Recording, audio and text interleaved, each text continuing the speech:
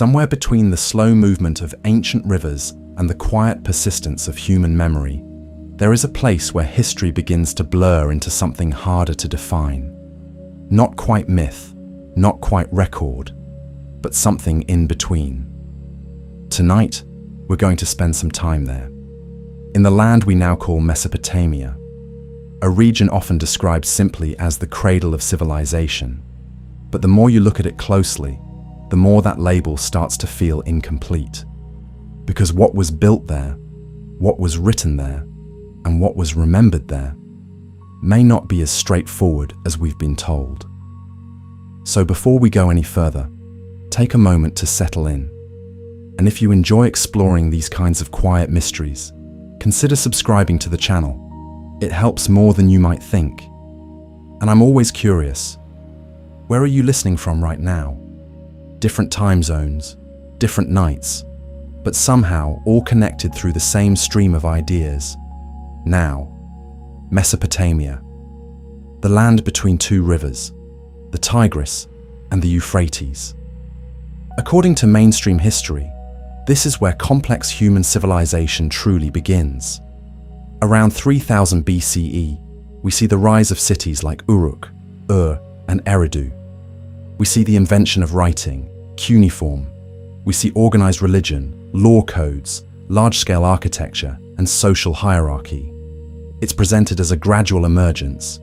Humans learning slowly, step by step, moving from simple farming communities into structured urban life.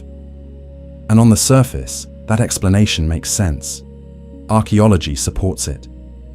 Layers of settlements, increasingly complex tools, evolving social systems. But if you slow down and really examine the timeline, something starts to feel slightly off, because the transition from simple to complex doesn't always look as gradual as we might expect. In some cases, it feels accelerated, almost as if certain pieces of knowledge appear already formed. Take writing, for example. Cuneiform is often described as one of the earliest writing systems, developing from simple pictographs used for accounting. But when we look at the earliest known tablets, even some of the oldest examples already show a surprising level of structure. Symbols are standardized. Grammar begins to take shape. It doesn't quite look like something in its earliest experimental phase. It looks functional. Now, the mainstream explanation is that earlier stages simply haven't survived, that writing evolved gradually in forms that were less durable, on materials like clay that didn't preserve well, or organic surfaces long since lost. That's a reasonable conclusion, but it leaves a small gap, a quiet uncertainty, because what we actually have is a system that appears relatively mature, emerging at the very dawn of recorded history. And this pattern isn't limited to writing. It appears again in architecture. The cities of Mesopotamia weren't just clusters of huts. They were organized, planned environments, streets, temples, defensive walls. The ziggurats, massive stepped structures, required not only labor, but precise coordination and understanding of construction techniques. Again, the mainstream view tells us this developed over time through trial and error. But the earliest examples we have already demonstrate a level of complexity that feels established. So the question naturally forms, not as a claim, but as a point of curiosity. How long was the invisible phase of development before these systems appeared in the archaeological record? And is it possible that what we're seeing is not the beginning, but a continuation of something older? Because Mesopotamia doesn't exist in isolation. It appears historically as if it emerges almost fully formed, but it sits in a region where humans had already been living for tens of thousands of years. Hunter-gatherer groups, early agricultural communities, small settlements. So perhaps the knowledge that surfaces in Mesopotamia is simply the visible culmination of a much longer, quieter process, one that left fewer traces. But then we encounter something else, the texts themselves. The earliest written records from Mesopotamia are not just lists of goods or administrative notes. They quickly expand into something deeper, myths, epics, stories about gods, creation, and origins. And what's interesting is not just that these stories exist, but how structured they are. Take the Epic of Gilgamesh, often considered one of the oldest surviving works of literature. It deals with themes that feel surprisingly familiar: mortality, friendship, the search for meaning. And within it, there's a story of a great flood, a massive, world-altering event. Now, the mainstream interpretation connects this to regional flooding of the Tigris and Euphrates, which is entirely plausible. Floods were common, and catastrophic ones would leave a strong impression. But the flood narrative doesn't exist only in Mesopotamia. Variations of it appear in multiple cultures across the world. And while that doesn't necessarily mean there was a single global event, it raises an interesting possibility that certain stories, certain memories, may have been shared, adapted, and passed down across generations in ways we don't fully understand. And then there are the gods themselves. In Mesopotamian texts, the gods are not distant, abstract forces. They are described in very human terms. They build, they argue, they make decisions, they interact directly with humans. The mainstream view interprets this as anthropomorphism, humans projecting their own traits onto natural forces. Again, a reasonable explanation, but there's a detail that sometimes gets overlooked. These gods are often associated with specific knowledge: agriculture, writing, law, construction. They are credited with teaching humans how to build civilization. Now, from a historical perspective, this can be understood symbolically. Early societies attributing their advancements to divine inspiration. But if we step back for a moment and look at it from a purely analytical standpoint, it presents an interesting pattern. Civilization appears, complex systems emerge, and within the cultural memory of that civilization, there is a consistent narrative that this knowledge came from somewhere, or someone, beyond ordinary human experience. Now, that doesn't mean we should jump to conclusions. It doesn't mean external intervention or anything beyond what evidence can support. But it does invite a question. Why do so many early civilizations describe their origins in this way? Is it purely symbolic? Or is it a way of encoding something more difficult to express? Because memory, especially cultural memory, doesn't always preserve events in a literal way. It transforms them. It reshapes them into stories, into archetypes. And over time, the original context can become difficult to recognize. So when we read about gods descending, teaching, guiding, we have to ask carefully, what could that represent? A lost group of advanced humans? A transfer of knowledge between cultures?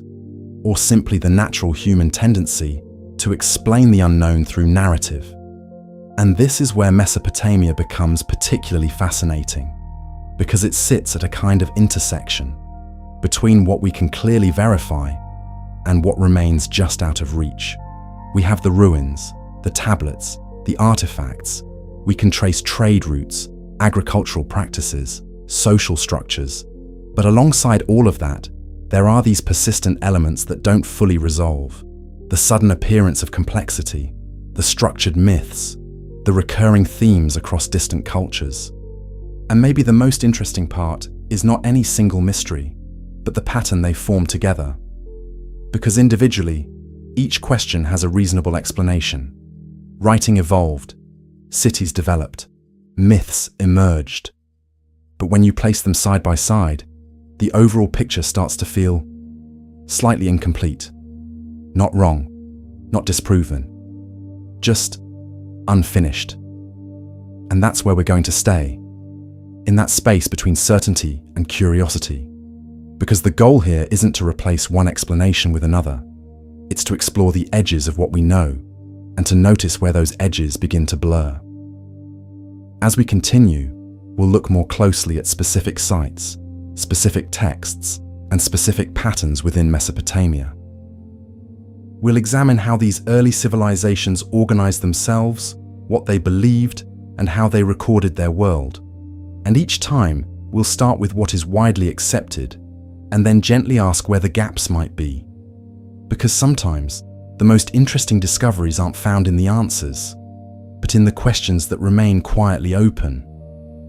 As we move a little deeper into Mesopotamia, it helps to slow things down and focus, not on the entire civilization at once, but on one place, one layer, one beginning that seems to sit quietly beneath everything else. Because when archaeologists try to trace where Mesopotamian civilization truly starts, one site appears again and again, almost like a foundation beneath the foundation. A city called Eridu. According to mainstream archaeology, Eridu is often considered one of the earliest cities ever built. Located in what is now southern Iraq, it dates back to around 5400 BCE, possibly even earlier depending on how we define its earliest settlement layers. At first glance, it doesn't look like much compared to later cities. No towering ziggurats in its earliest phase, no massive walls. But what it represents is something more subtle. It represents a transition, a shift from scattered human presence into something more permanent, more organized. Excavations at Eridu revealed a sequence of temples, one built on top of another over time. This is important because it suggests continuity, not just occupation, but intention. The same space being used again and again for what appears to be ritual or centralized activity. The mainstream interpretation is that as the community grew, their religious structures evolved alongside them, becoming more complex with each phase. That makes sense. But it also tells us something else. From a very early stage, there was already a concept of sacred space, a recognition that certain locations held importance beyond daily survival. And that idea alone raises a quiet but significant question. How early did humans begin organizing their world, not just physically, but symbolically? Because building a temple, even a simple one, requires more than just materials and labor. It requires shared belief, agreement, a collective understanding that this structure matters. And when we see that happening at one of the earliest known cities, it suggests that social cohesion, and perhaps even structured belief systems, were already well established. Now, according to Mesopotamian mythology, Eridu holds an even more interesting role. It is described in ancient texts as the first city ever created. Not discovered, not gradually formed, but established. And more specifically, it is said to have been founded by the gods themselves. Of course, from a mainstream perspective, this is understood as myth, a symbolic way for later generations to elevate the importance of their origins. Many cultures do this, placing their beginnings in a kind of sacred narrative to give meaning to their existence. But again, if we pause and look carefully, there's a pattern emerging. A consistent blending of physical reality and symbolic explanation. We have a real place, Eridu, with archaeological evidence of early settlement and continuous development. And layered on top of that, we have a narrative that frames it not just as a city, but as the starting point of civilization itself, the place where order begins. And this idea of order is something that comes up repeatedly in Mesopotamian thought. The transition from chaos to structure, from wilderness to city, from silence to language. It's not just a practical shift, it's conceptual, almost philosophical, which leads to an interesting observation. Early Mesopotamian civilization doesn't just appear to be organizing the physical world, it seems to be organizing reality itself. Through writing, through law, through myth, through architecture, everything is being defined, categorized, structured. Take, for example, the emergence of law codes. The most famous of these is the Code of Hammurabi, which comes later, around 1754 BCE. But even before that, there were earlier attempts to formalize rules, guidelines for behavior, consequences for actions. The mainstream view is that as societies grow, they need systems to maintain order. That's logical. Larger populations require clearer rules. But there's something interesting about how these laws are presented. They are often described as being given by divine authority, not created by humans, but received. Hammurabi himself depicts the laws as granted by the sun god Shamash. And again, we can interpret this symbolically, leaders legitimizing their authority by connecting it to something higher. Yet it raises a subtle question. Why frame knowledge this way? Why consistently present the most important advancements, writing, law, agriculture, as gifts from beyond human origin? One explanation is psychological. Early societies may have found it easier to accept rules and systems if they believed they came from an unquestionable source. It adds weight, permanence. But another possibility, again, not a claim, just a consideration, is that this pattern reflects a deeper cultural memory. One that suggests knowledge was, at some point, introduced in a way that felt external.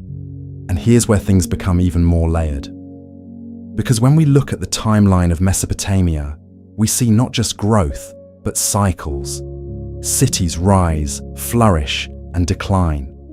Knowledge is preserved, lost, and rediscovered. The Sumerians give way to the Akkadians, then the Babylonians, then the Assyrians, each building on what came before, but also reshaping it. And within those cycles, certain elements remain surprisingly consistent. Writing evolves, but its roots remain visible. Myths change, but their core themes persist. Architectural styles shift, but the underlying concepts, like the ziggurat, continue to appear. This continuity suggests that once certain ideas were established, they became deeply embedded, almost like a template. And that brings us back to the earlier question. How long did it take for that template to form? Because if we look only at what survives in the archaeological record, it can appear as though civilization begins in Mesopotamia. But that's likely a limitation of preservation, not a complete picture of history. Earlier settlements, earlier experiments, earlier forms of organization may simply not have lasted in ways we can detect. And yet, even with that understanding, the speed at which complexity consolidates in Mesopotamia remains notable.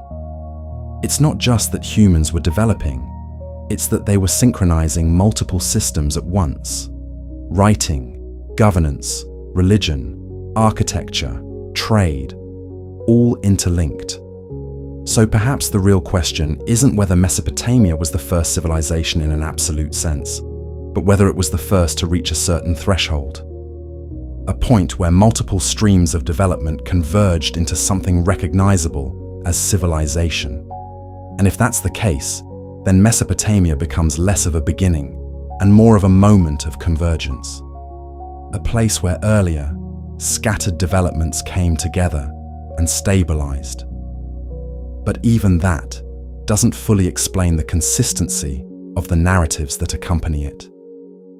The recurring idea that knowledge was given, that cities were founded with intention, that order was established, not just discovered. And this is where we have to be careful, because it's easy to let curiosity drift into assumption. The goal isn't to replace one mystery with another, but to sit with the uncertainty itself. What we know is this: Mesopotamia provides some of the earliest clear evidence of complex human society. It offers us writing, cities, laws, and stories that have shaped cultures for thousands of years. It is, without question, one of the most important regions in human history. But alongside that, it also presents patterns that are not entirely straightforward. Moments where development seems to accelerate. Narratives that suggest origins beyond simple progression. And gaps, quiet, persistent gaps, in the record. And maybe that's exactly what makes it so compelling. Not because it gives us all the answers, but because it doesn't. As we continue, we're going to move further into those layers. We'll look more closely at the Sumerians themselves, the people often credited as the architects of this early civilization. Who they were, how they lived, and perhaps most interestingly, how they described themselves. Because sometimes, the most revealing clues aren't found in what a civilization builds, but in how it understands its own place in the world. If we stay with this idea for a moment, that Mesopotamia may represent not just a beginning, but a convergence, then it becomes important to look more closely at the people most often associated with that convergence, the Sumerians, because in many ways, they are presented as the architects of early civilization, the builders of the first cities, the creators of the first writing system, the originators of structured society as we recognize it. And yet, when we try to understand who the Sumerians actually were, the clarity begins to soften. Mainstream history places the Sumerians in southern Mesopotamia around the 4th millennium BCE.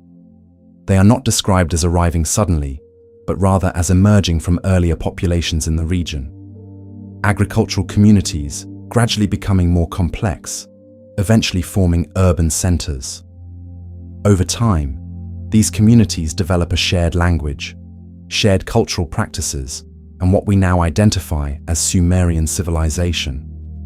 But here's where something becomes quietly unusual: the Sumerian language itself. Unlike many ancient languages, Sumerian is considered a language isolate. That means it doesn't clearly belong to any known language family. It doesn't have obvious relatives, no direct ancestors that we can trace with confidence, and no clear descendants. From a linguistic perspective, this is not impossible. Language isolates do exist. But in a region as interconnected as Mesopotamia, where trade routes stretched across vast distances, where cultures interacted and influenced each other, the presence of a fully developed language that stands alone is, at the very least, interesting.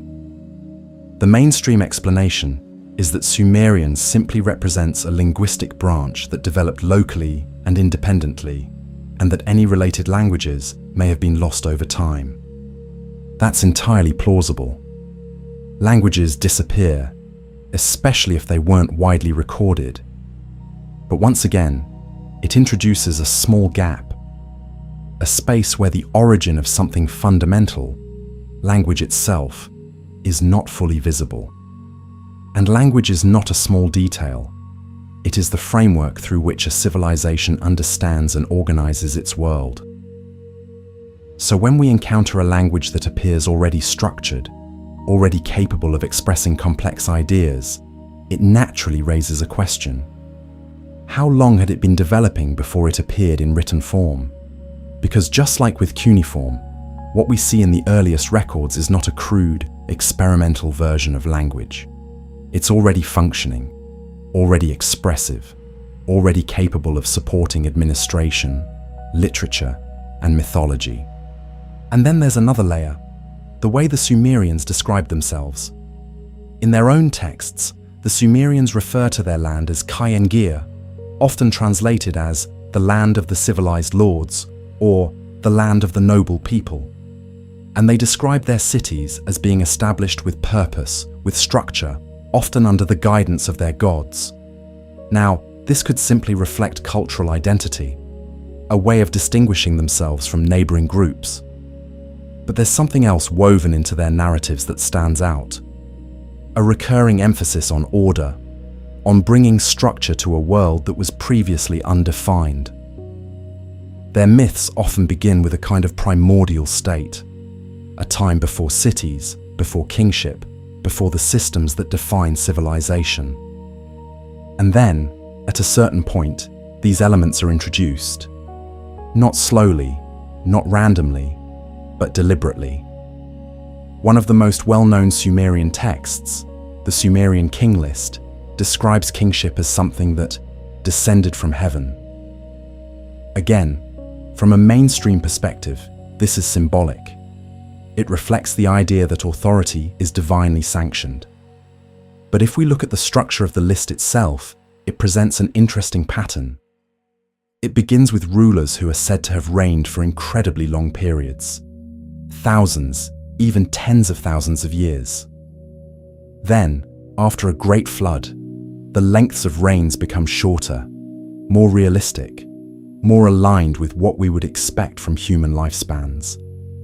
The standard interpretation is that the early sections are mythological, not historical.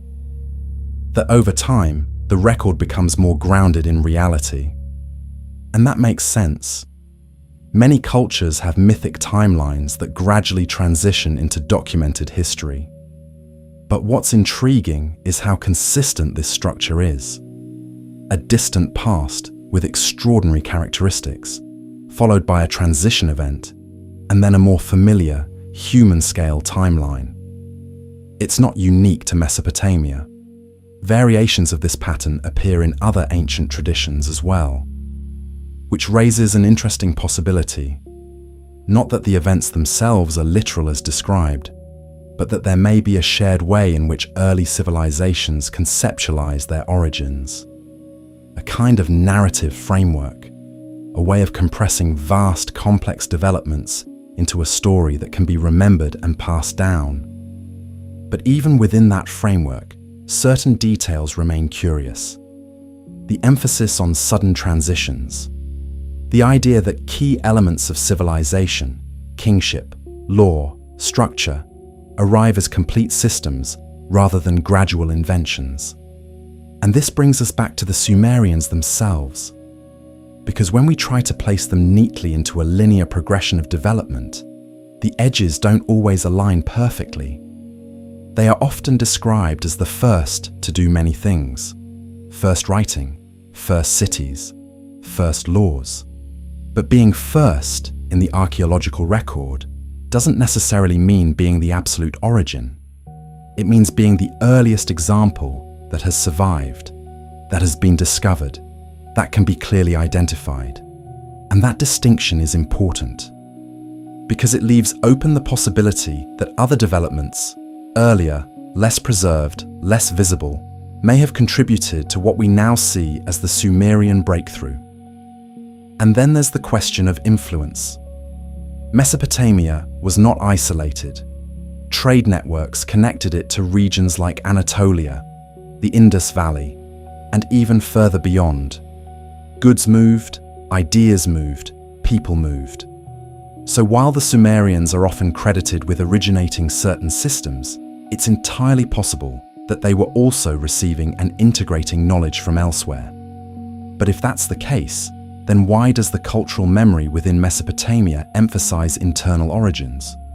Why the recurring theme that civilization was established there, rather than assembled from multiple sources? It could simply be a matter of perspective.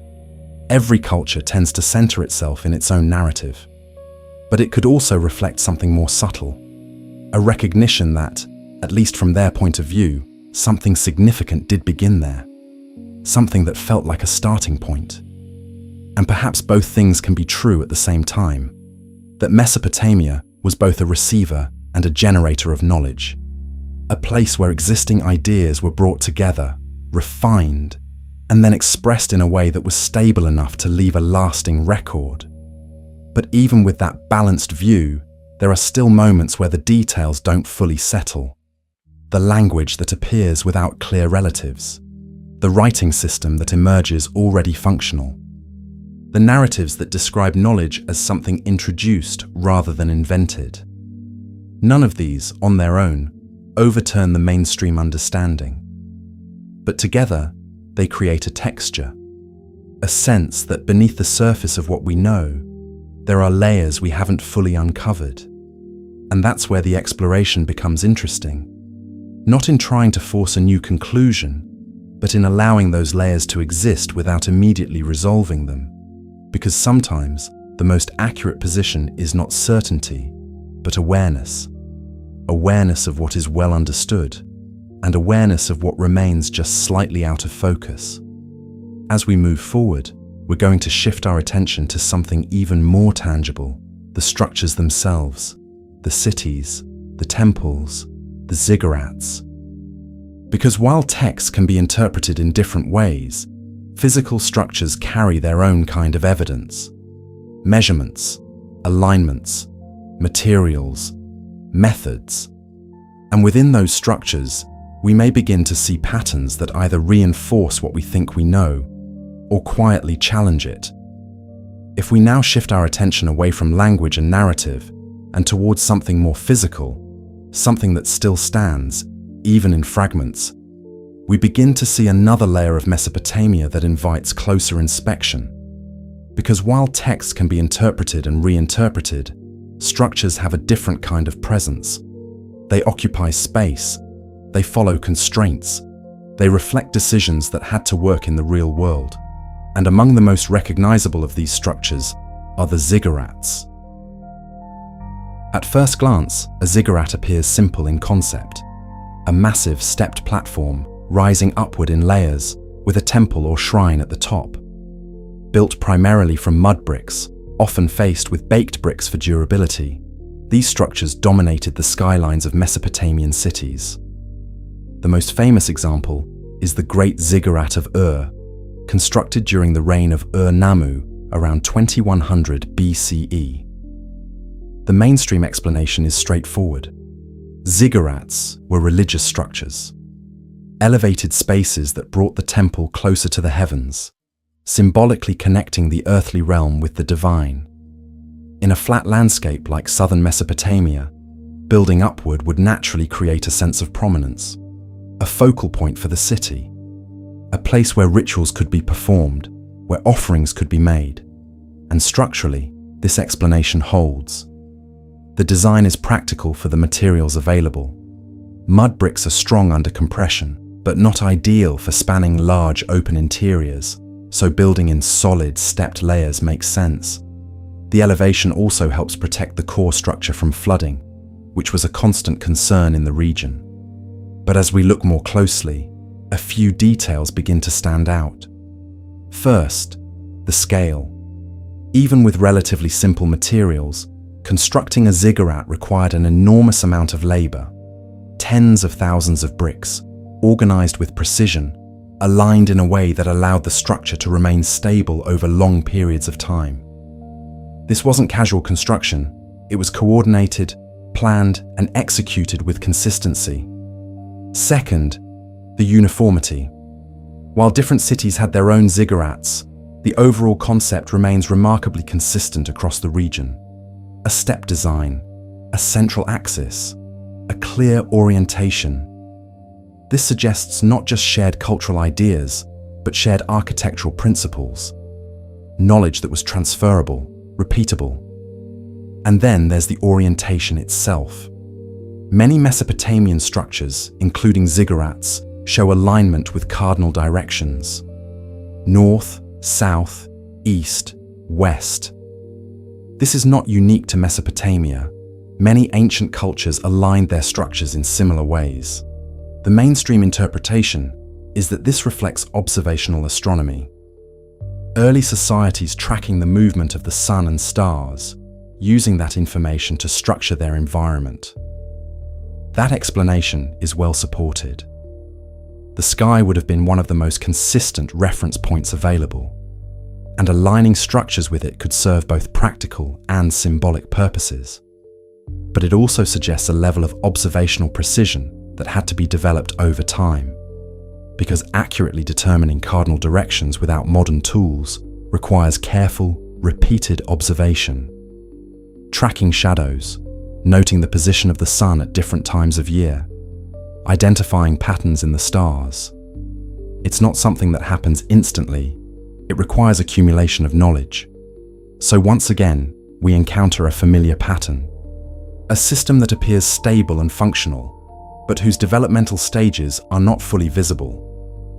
Now, none of this is necessarily unusual.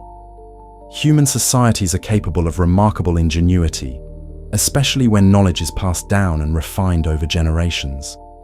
But there is one aspect of ziggurats that invites a slightly different kind of question. They are not designed for large gatherings inside. Unlike later temples in other parts of the world, the core of a ziggurat is solid. The activity happens on the outside, on the terraces, and at the top. This suggests that the structure itself is not meant to house people, but to serve as a kind of platform, a stage, in a sense, for something elevated. both physically and symbolically. The mainstream view interprets this as a way of bringing rituals closer to the gods. The higher you go, the closer you are to the divine realm. And in a symbolic sense, that's consistent with many cultures. Height often represents importance, transcendence, connection to something beyond the ordinary.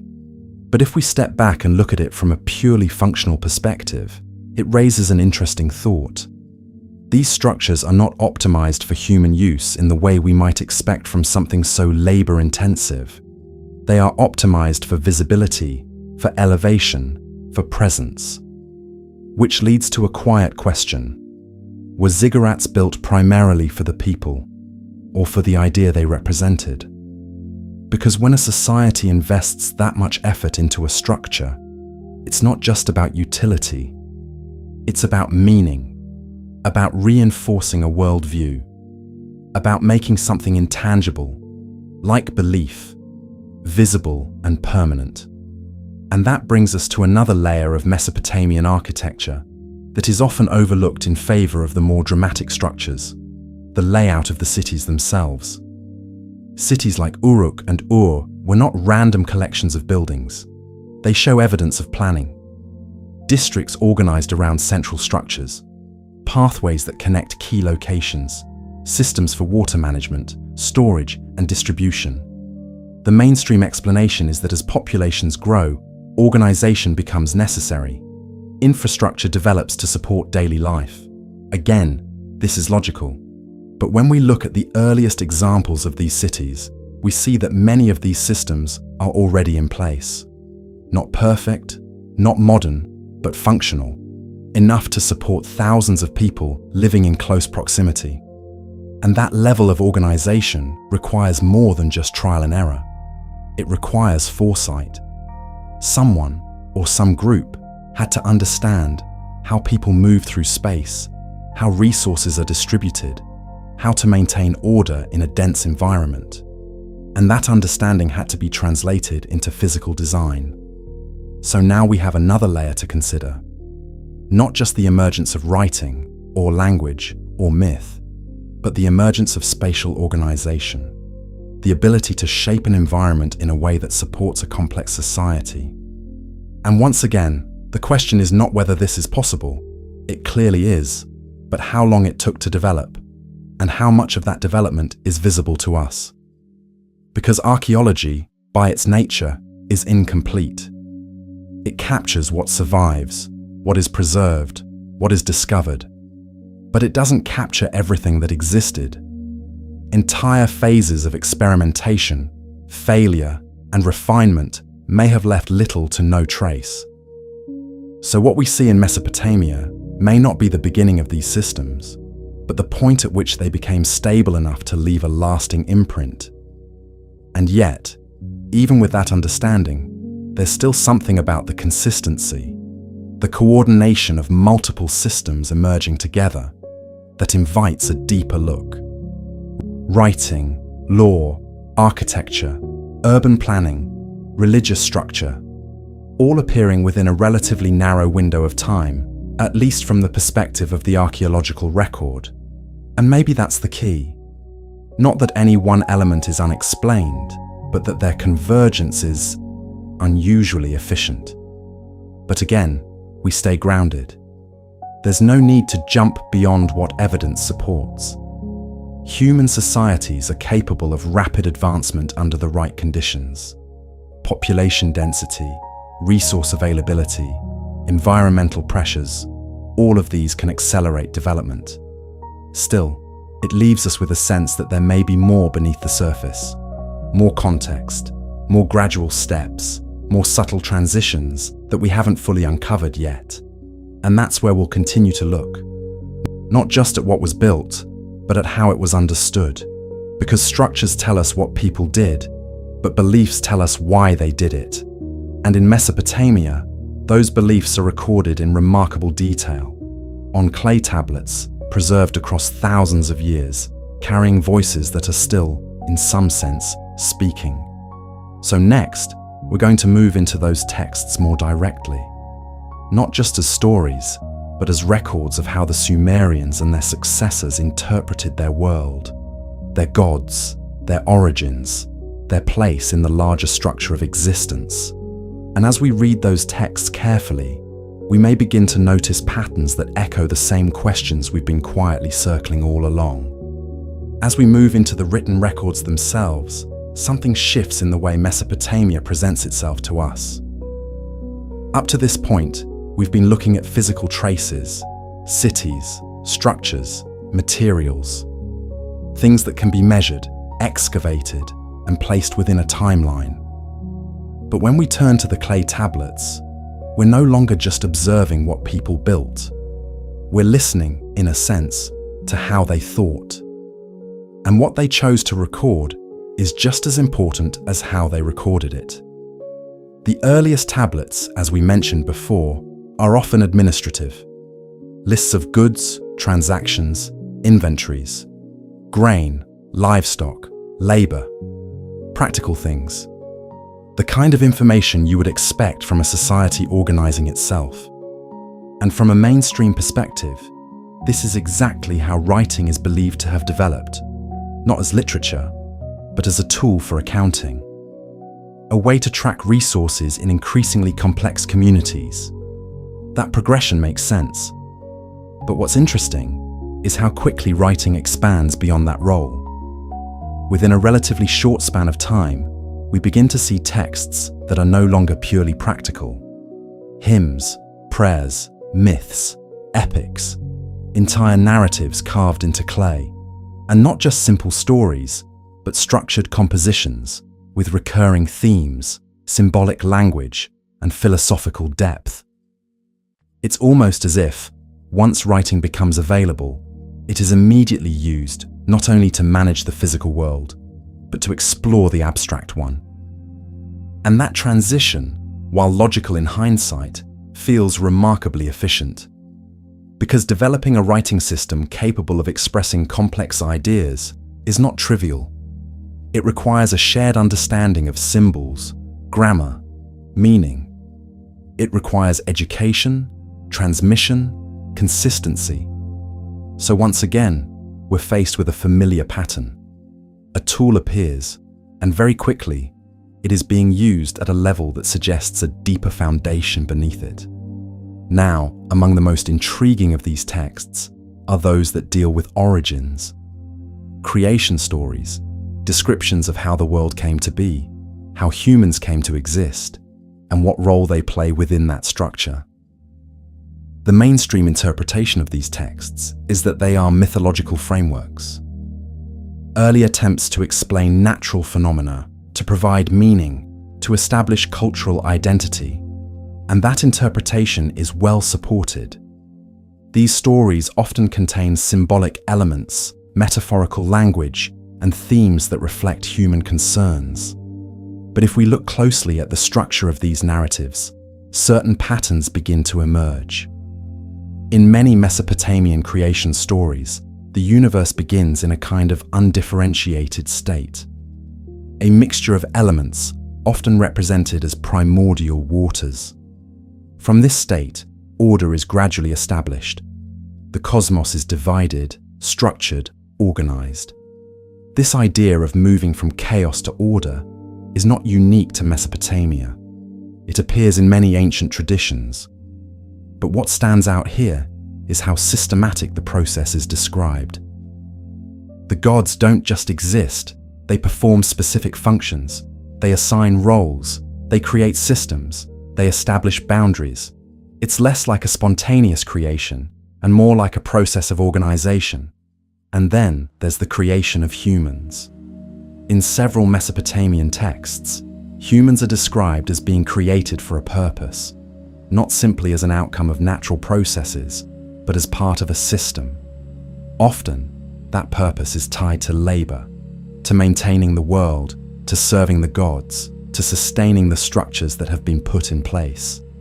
From a mainstream perspective, this reflects the social realities of the time. A hierarchical society projecting its structure onto the cosmos. Humans serve rulers, so in myth, humans serve gods. It's a reflection of lived experience. But again, there's a detail worth noticing: the specificity.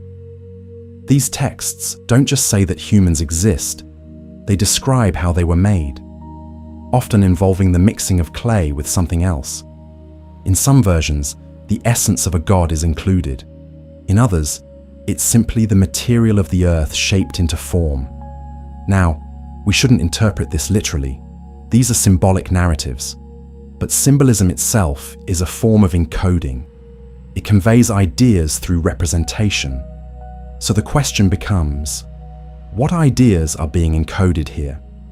Is it simply a poetic way of saying that humans are connected to the earth? That we are shaped from the same materials that surround us? Or is it a way of preserving a more complex understanding of origins, translated into a form that could be remembered? And this is where interpretation becomes delicate, because it's easy to read modern concepts into ancient texts, to see patterns that align with contemporary ideas and assume they were intended that way. So instead of jumping to conclusions, it's more useful to observe the consistency. Across multiple texts, across different time periods, we see recurring themes: creation as organization, humans as part of a system, knowledge as something introduced, structure as something established. And these themes don't exist in isolation. They align with what we've already observed in the physical record: the sudden appearance of organized cities, the rapid development of writing, the emphasis on order in architecture and law. It's as if the worldview expressed in the texts mirrors the structure of the civilization itself. Now, one of the most detailed and often discussed texts is the Enuma Elish, the Babylonian creation epic.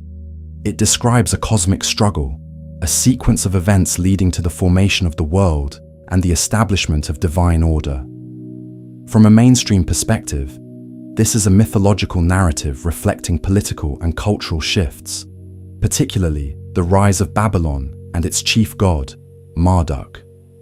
The story reinforces the authority of the ruling system, placing it within a cosmic framework. But even within that context, the structure of the narrative remains interesting. It describes not just events, but processes: division, assignment, creation, regulation. And again, this brings us back to the same underlying pattern: a focus on systems, on organization, on the transformation of an undefined state into something structured and functional.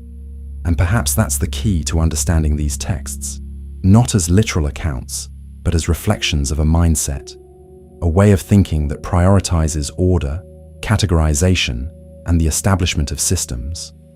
Because when a civilization reaches a certain level of complexity, it doesn't just build structures in the physical world, it builds structures in thought, frameworks that help make sense of everything from daily life to the nature of existence. And in Mesopotamia, those frameworks are recorded with remarkable clarity. But clarity doesn't always mean completeness. Because even as we read these texts, even as we analyze their structure and meaning, there are still elements that remain open to interpretation. Symbols that could represent multiple ideas. Descriptions that could be understood in different ways depending on perspective. And that's not a flaw, it's part of what makes them enduring. They don't give us a single, fixed answer. They give us a framework within which questions can exist.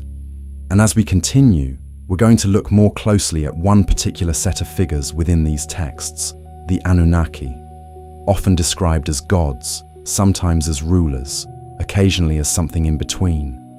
Mainstream history treats them as mythological deities, part of the Sumerian pantheon. But their descriptions, their roles, and the way they interact with the world open up a space for deeper examination, not to redefine them, but to understand how and why they were described the way they were. Because sometimes the most revealing insights come not from what is said directly, but from how consistently certain ideas are repeated. As we move further into the Mesopotamian texts, the figures of the gods begin to take on a more defined presence, and among them, one group appears again and again in ways that are difficult to ignore: the Anunnaki. In mainstream scholarship, they are understood as part of the Sumerian and later Akkadian pantheon, a collective of deities associated with the heavens, the earth, and the underworld.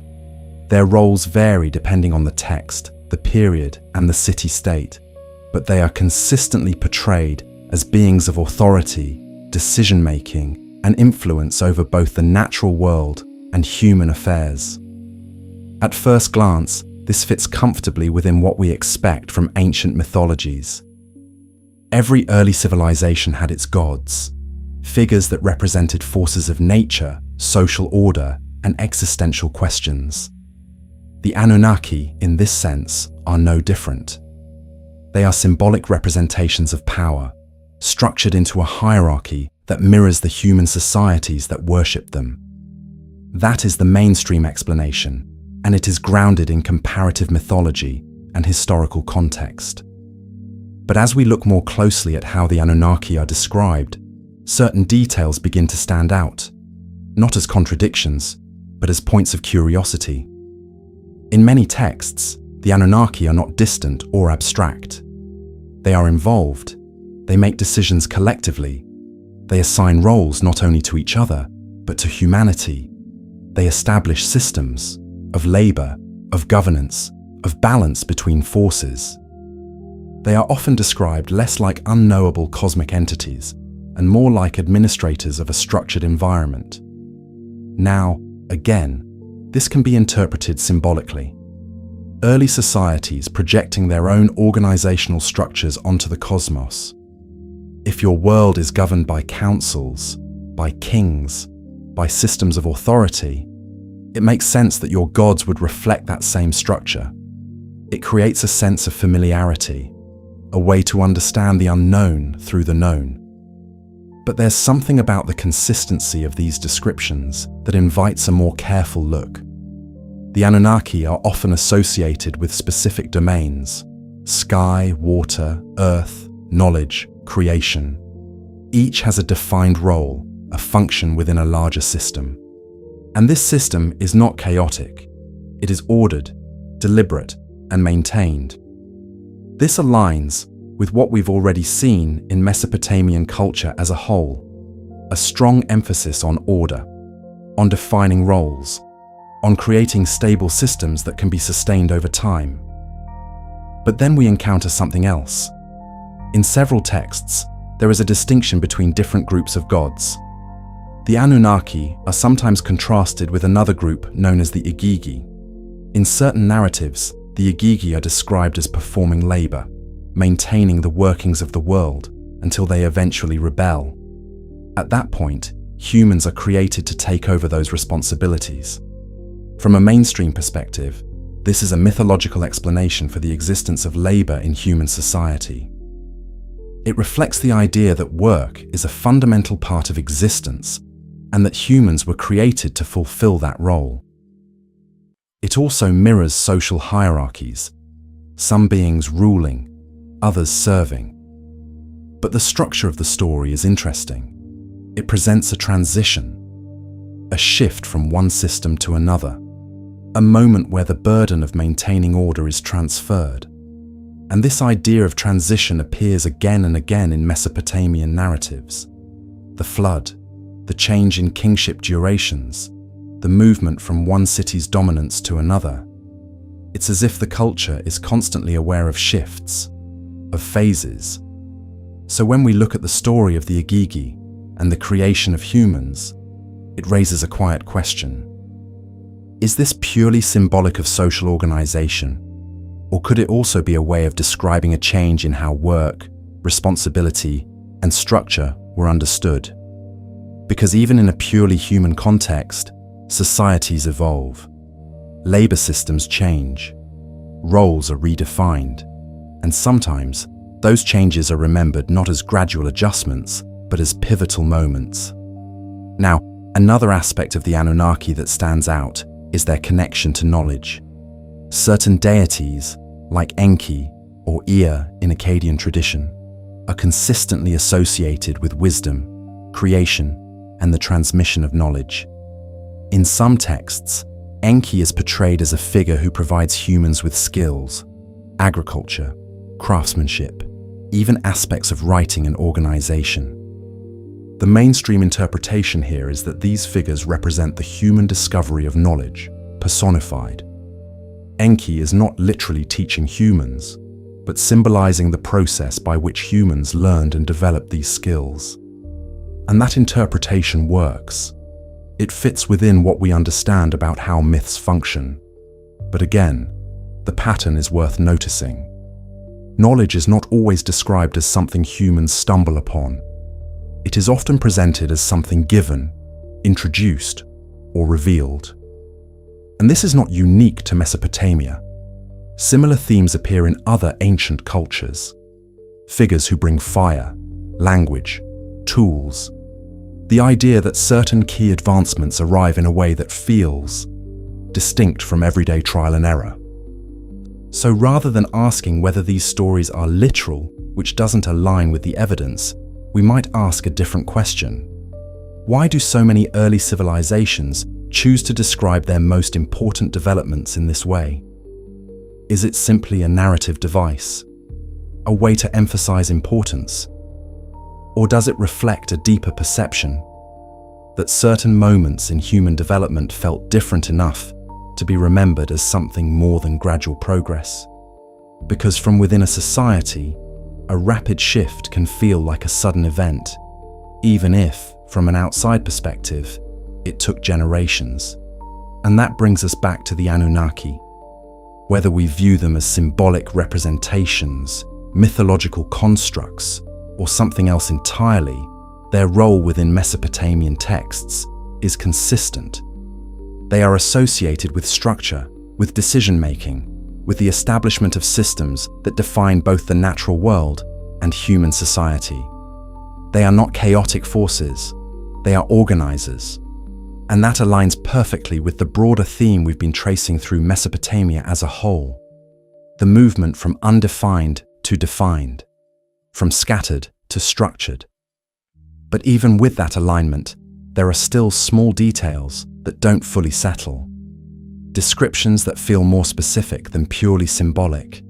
Interactions that resemble governance more than abstraction. Not enough to overturn the mainstream view, but enough to keep the questions open. And that's where we stay, not in certainty, but in observation. Because the goal here isn't to decide what the Anunnaki were, but to understand how they were described and what that tells us about the people who described them. What did the Sumerians see when they looked at their world? How did they interpret the systems around them? And why did they choose to encode those interpretations in the way that they did? As we continue, we're going to shift slightly again, this time towards something that connects both the physical and the symbolic. Time.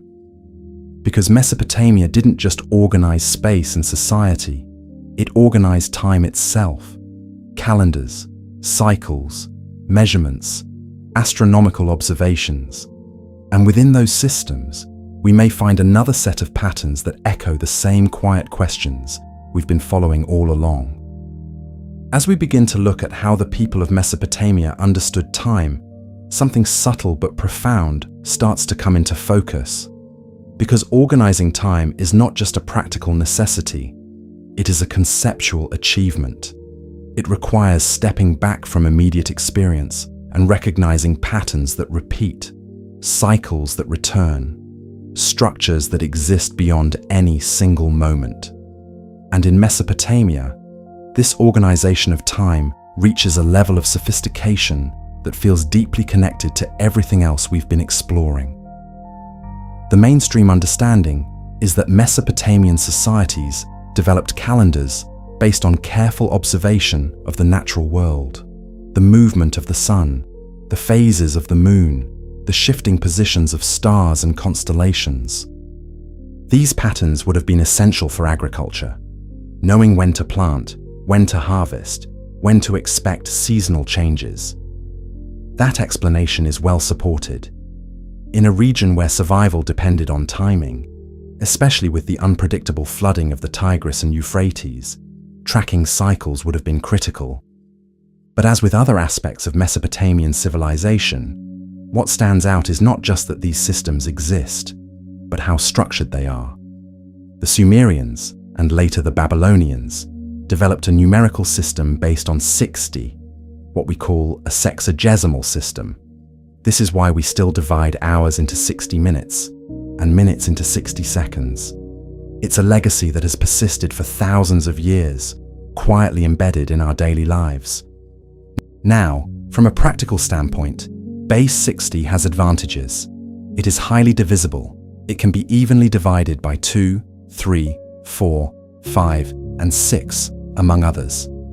This makes it useful for calculations, especially in a pre-digital world.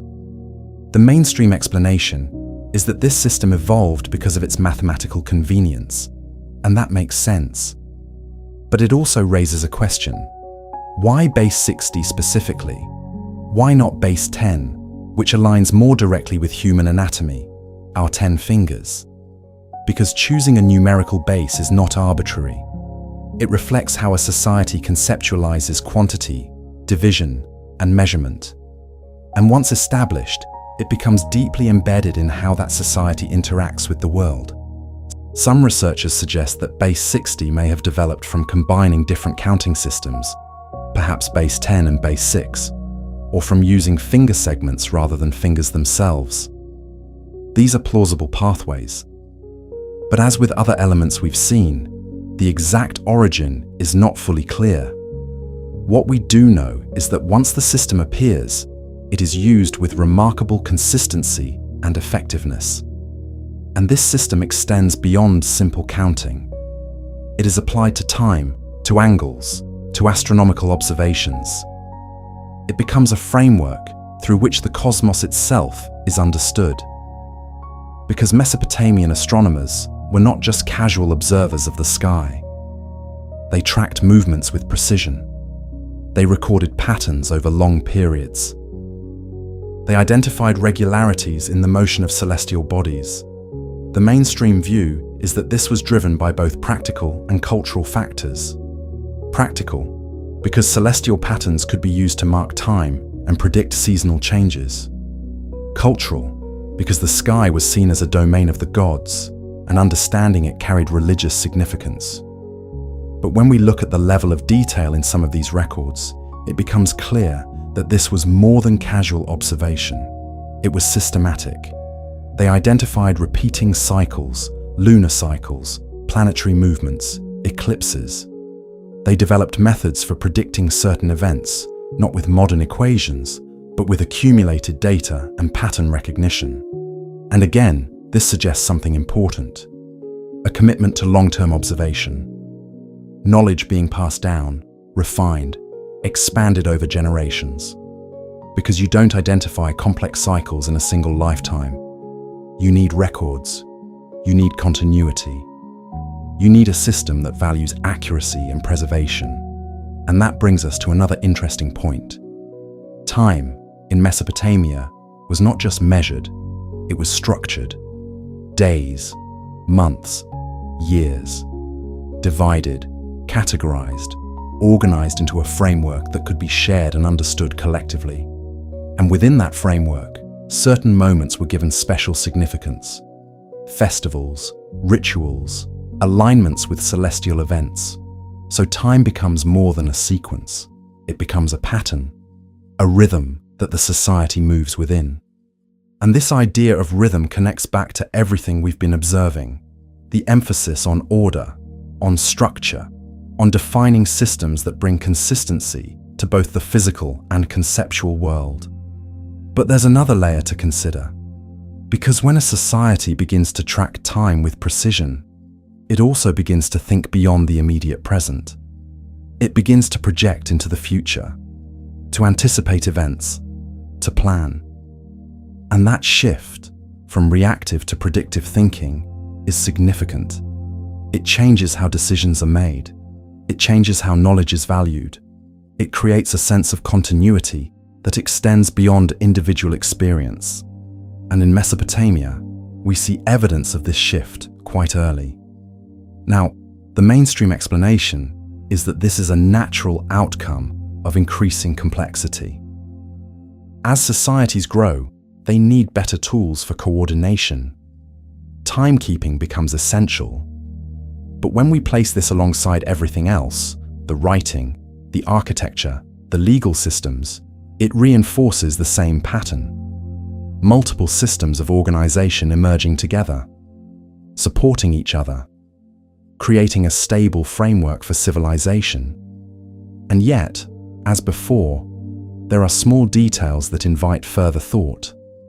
The precision of some astronomical observations, the consistency of the numerical system, the way these elements integrate so smoothly into daily life. Not impossible, not unexplained, but notable. Because developing these systems requires not just observation, but abstraction. The ability to take patterns in the natural world and translate them into symbols, numbers, frameworks. And that ability doesn't appear overnight. It develops, it evolves, it builds on prior understanding. So once again, we return to the same quiet space of uncertainty. How much of that development is visible to us? And how much remains beyond the reach of the archaeological record?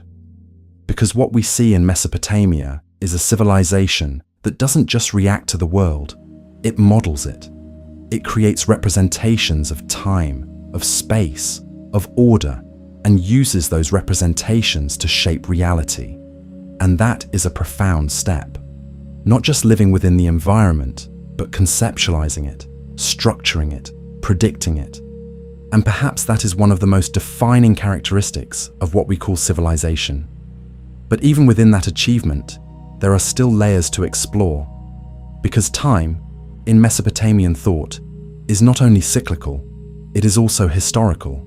They kept records, king lists, events, sequences. They were aware of the past as something that could be documented, preserved, and referenced. And that awareness brings us to another important aspect of Mesopotamian culture. Memory. Not just individual memory, but collective memory. The recording of events, the preservation of knowledge, the transmission of ideas across generations. And within that memory, there are moments, stories, transitions, patterns that we've already begun to notice. So next, we're going to look more closely at how Mesopotamia remembered itself, how it recorded its past, how it structured its history, and what that might reveal about the way this civilization understood its own place in time. Because sometimes, the way a culture remembers can tell us as much as the events themselves. As we move into how Mesopotamia remembered itself, something subtle begins to take shape. Something that sits quietly between record and interpretation. Because memory, especially when preserved across generations, is never just a simple reflection of events. It is structured, selected, organized in a way that reflects not only what happened, but what was considered important enough to be remembered. And in Mesopotamia, memory was not left to chance. Through clay tablets, inscriptions, and compiled records, we see one of the earliest examples of a civilization attempting to document its own past in a continuous way. Not just isolated stories or myths, but sequences, lists of rulers, accounts of events, descriptions of transitions. It is, in many ways, the beginning of history as a structured discipline. The most well-known example of this is the Sumerian king list. At first glance, it appears straightforward, a record of kings, their cities, and the lengths of their reigns. It provides a sequence, a timeline that connects the distant past to the more recent periods that align with archaeological evidence. The mainstream interpretation is that the king list is a mixture of myth and history. The earliest entries, with their extraordinarily long reigns, are considered symbolic or legendary. As the list progresses, the reigns become shorter, more realistic, and eventually align with rulers we can verify through other sources. This interpretation makes sense. It reflects a common pattern in ancient records, where the distant past is framed in a more mythological context. gradually transitioning into documented history. But when we look at the structure of the king list more closely, it reveals something more than just a sequence of rulers. It reveals a framework for understanding time. Because the list is not simply recording events, it is organizing them into a narrative. A narrative that begins with a distinct starting point: kingship descending from heaven. From there, it moves through a series of cities, each becoming the center of power for a time, before that power shifts elsewhere. This idea of shifting centers is important. It suggests that the Sumerians did not see their history as a single, continuous line, but as a series of phases.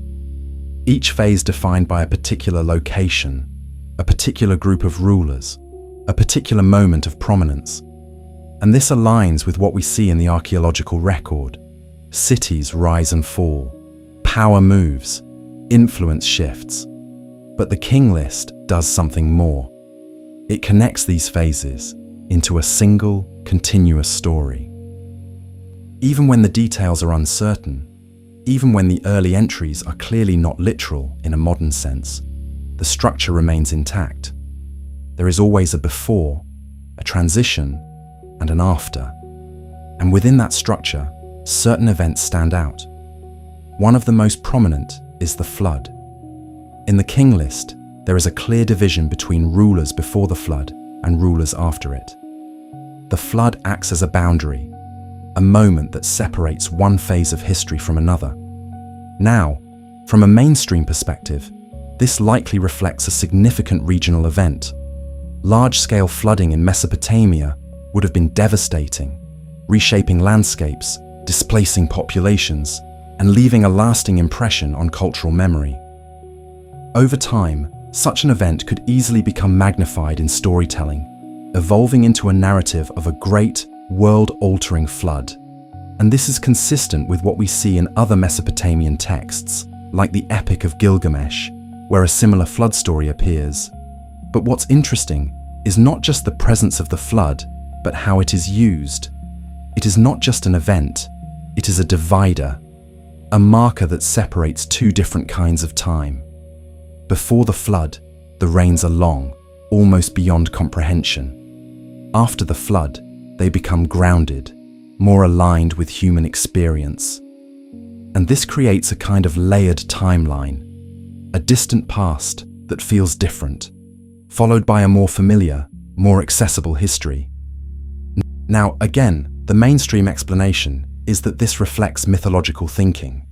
The distant past is idealized, expanded, given a different scale. As records become more reliable, the timeline becomes more accurate.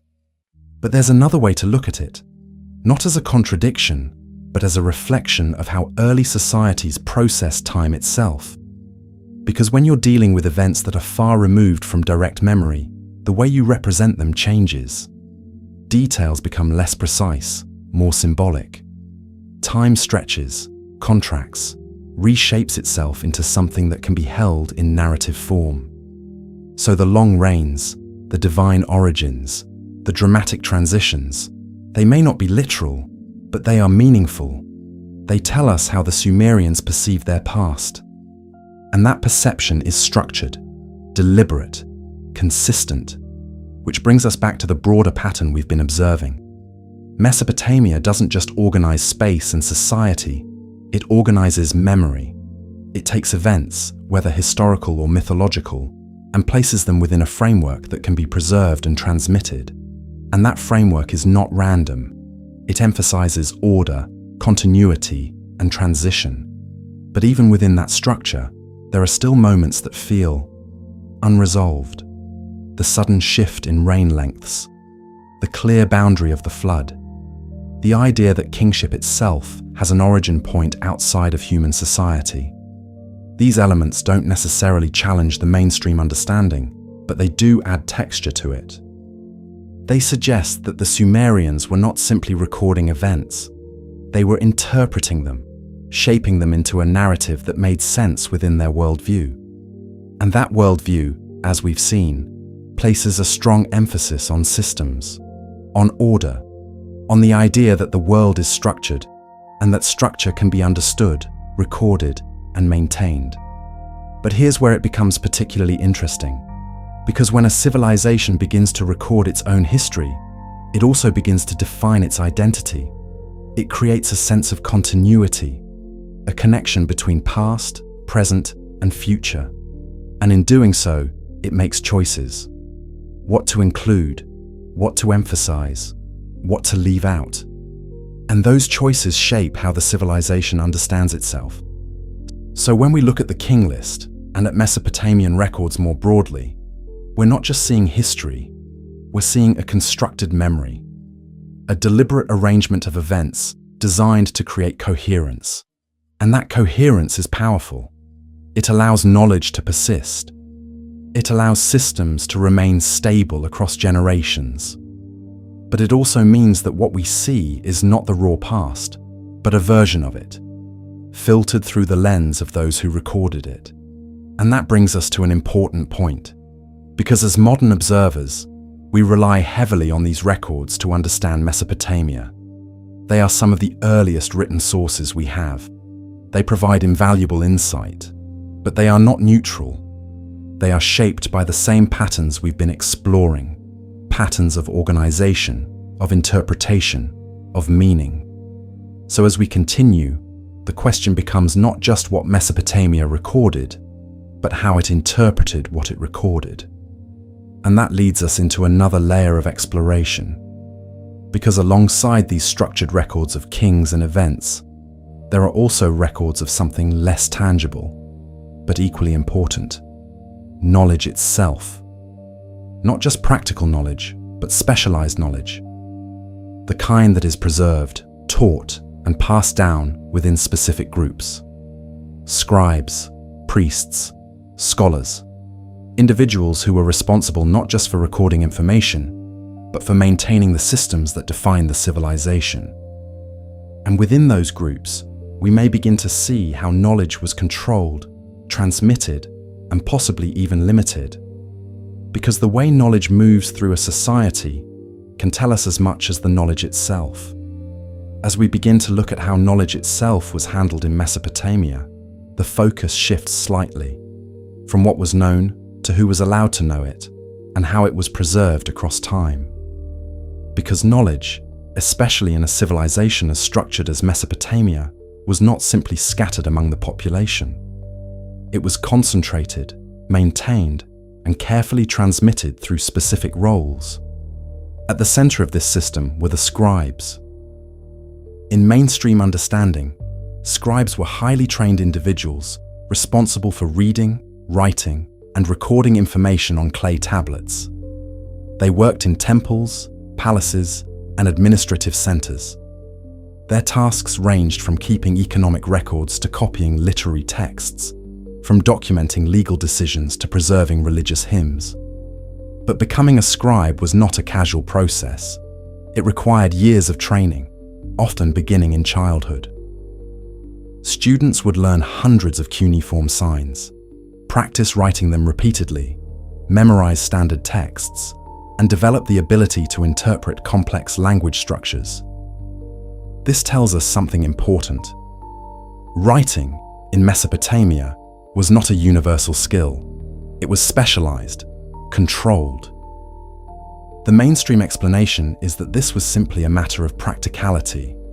Writing is complex, and early societies did not have the resources to educate everyone, so a small dedicated group handled it.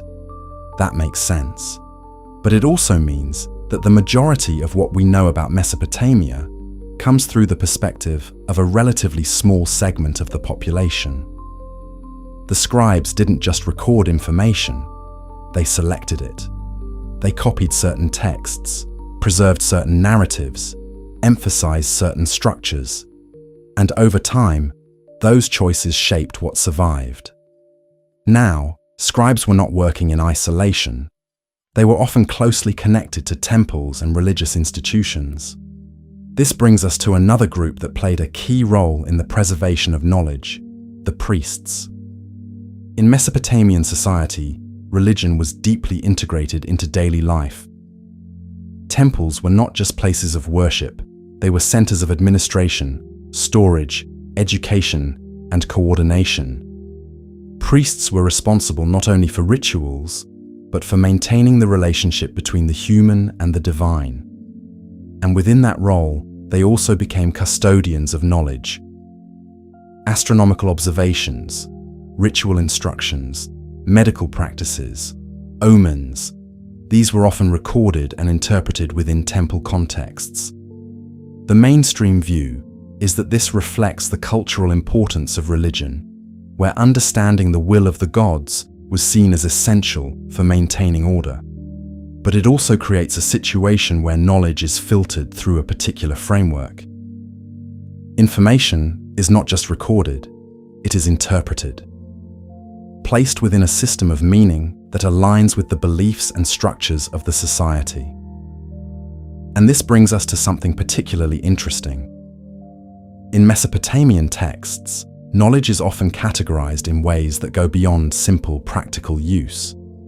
There are lists, extensive lists, of signs, words, objects, concepts, catalogues that attempt to organize the world into defined categories. From a mainstream perspective, this is an early form of scholarship, an attempt to understand and systematize information. And that interpretation is well supported. But when we look at the scale and detail of some of these lists, it becomes clear that this is more than just record keeping. It is classification, an effort to map reality itself into a structured system. And this aligns perfectly with the broader pattern we've been following, the emphasis on order, on definition, on creating frameworks that make the world understandable. But it also raises a subtle question. When knowledge is organized in this way, what happens to the parts that don't fit neatly into the system? Because every system of classification includes some things and excludes others. It highlights certain relationships while leaving others less visible. So the knowledge that survives, what we read today, is not just a reflection of what was known, but of how it was organized. And that organization was guided by specific groups, scribes, priests, administrators, each with their own roles, perspectives, and priorities. Now, another layer to consider is how knowledge was transmitted. In Mesopotamia, education appears to have been highly structured. Scribal schools, sometimes referred to as adubas, provided formal training. Students copied standard texts, practiced writing, and gradually built up their skills. This suggests continuity, knowledge being passed down in a controlled, consistent way. But it also suggests limitation. Because if knowledge is transmitted through formal systems, then access to that knowledge depends on access to those systems. And that creates boundaries, not necessarily intentional barriers, but structural ones.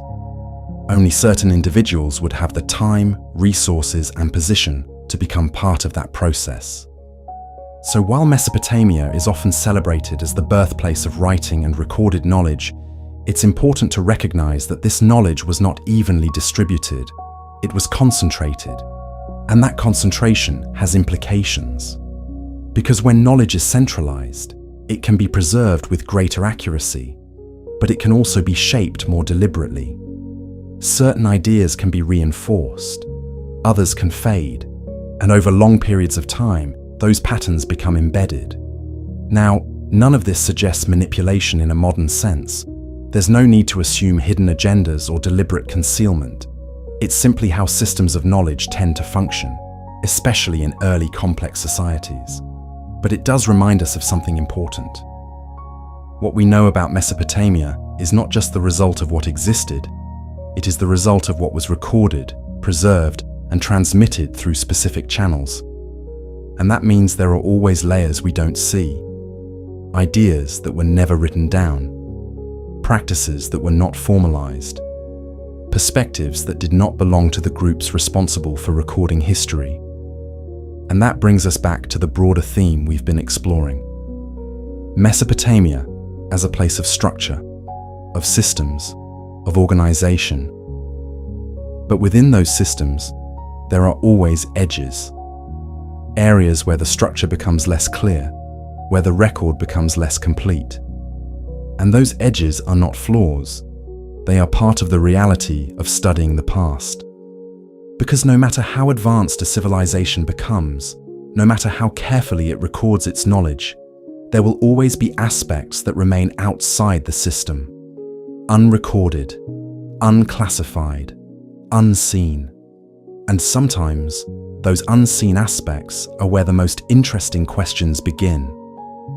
As we continue, we're going to look at how Mesopotamia interacted with the world beyond its own borders. Trade, contact, exchange of ideas. Because while we've been focusing on what developed within this region, it did not exist in isolation. And by exploring those connections, we may begin to see whether Mesopotamia was truly a starting point, or part of a much larger network that we are only beginning to understand.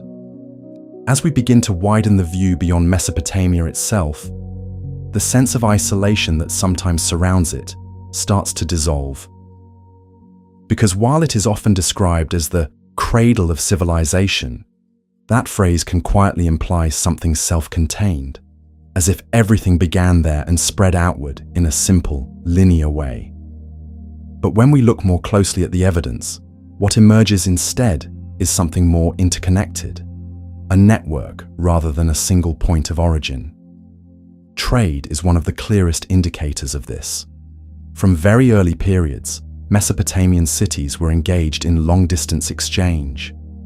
The region itself lacked certain key resources: stone, metal, timber, so these had to be brought in from elsewhere. Archaeological findings show materials like lapis lazuli from regions as far as what is now Afghanistan, copper from Oman, timber from the Levant, and other goods moving across surprisingly large distances. The mainstream interpretation is that this reflects economic necessity. Mesopotamia, rich in fertile soil but poor in raw materials, developed trade networks to compensate. And over time, those networks became more extensive and more organized. That explanation is solid. But trade does more than move materials. It moves ideas. When people interact across distances, they exchange not only goods, but techniques, beliefs, symbols, and ways of thinking. And this creates a kind of cultural blending that is often difficult to trace directly, but leaves subtle marks. So when we look at Mesopotamia's developments, writing, architecture, social organization, it's worth considering not only how they may have originated locally, but also how they may have been influenced by contact with other regions. Because while Mesopotamia provides some of the earliest surviving evidence of these systems, that doesn't necessarily mean it was the only place where such developments were occurring. Now, one of the most interesting connections is with the Indus Valley civilization. This civilization, centered around cities like Harappa and Mohenjo-Daro, developed around the same general time frame as Mesopotamia, roughly between 2600 and 1900 BCE. The mainstream view is that these were distinct civilizations, each developing their own systems independently, but with evidence of trade between them. Mesopotamian texts refer to a place called Meluhha, which many scholars believe corresponds to the Indus region.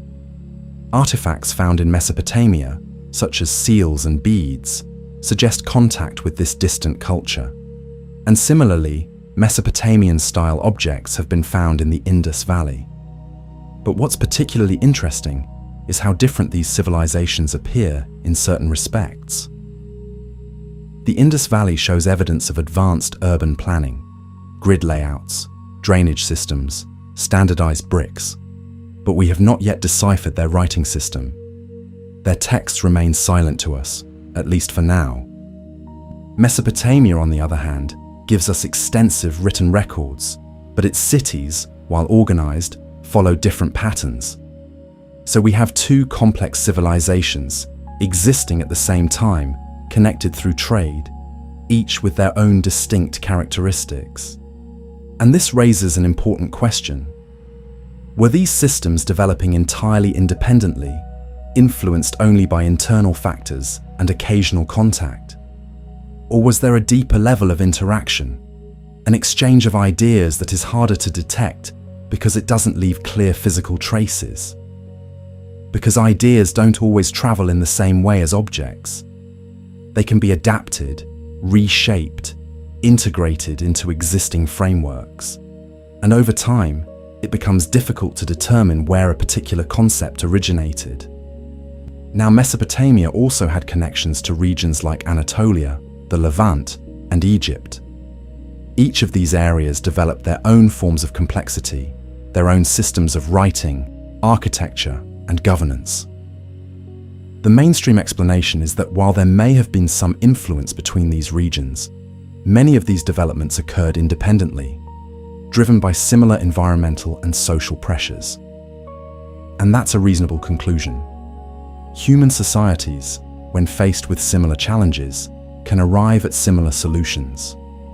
But when we look at the broader pattern, multiple regions developing complex systems within a relatively narrow window of time, it invites a deeper level of curiosity. Not because it suggests a single hidden source, but because it highlights how interconnected early human development may have been. Because even limited contact can have significant effects.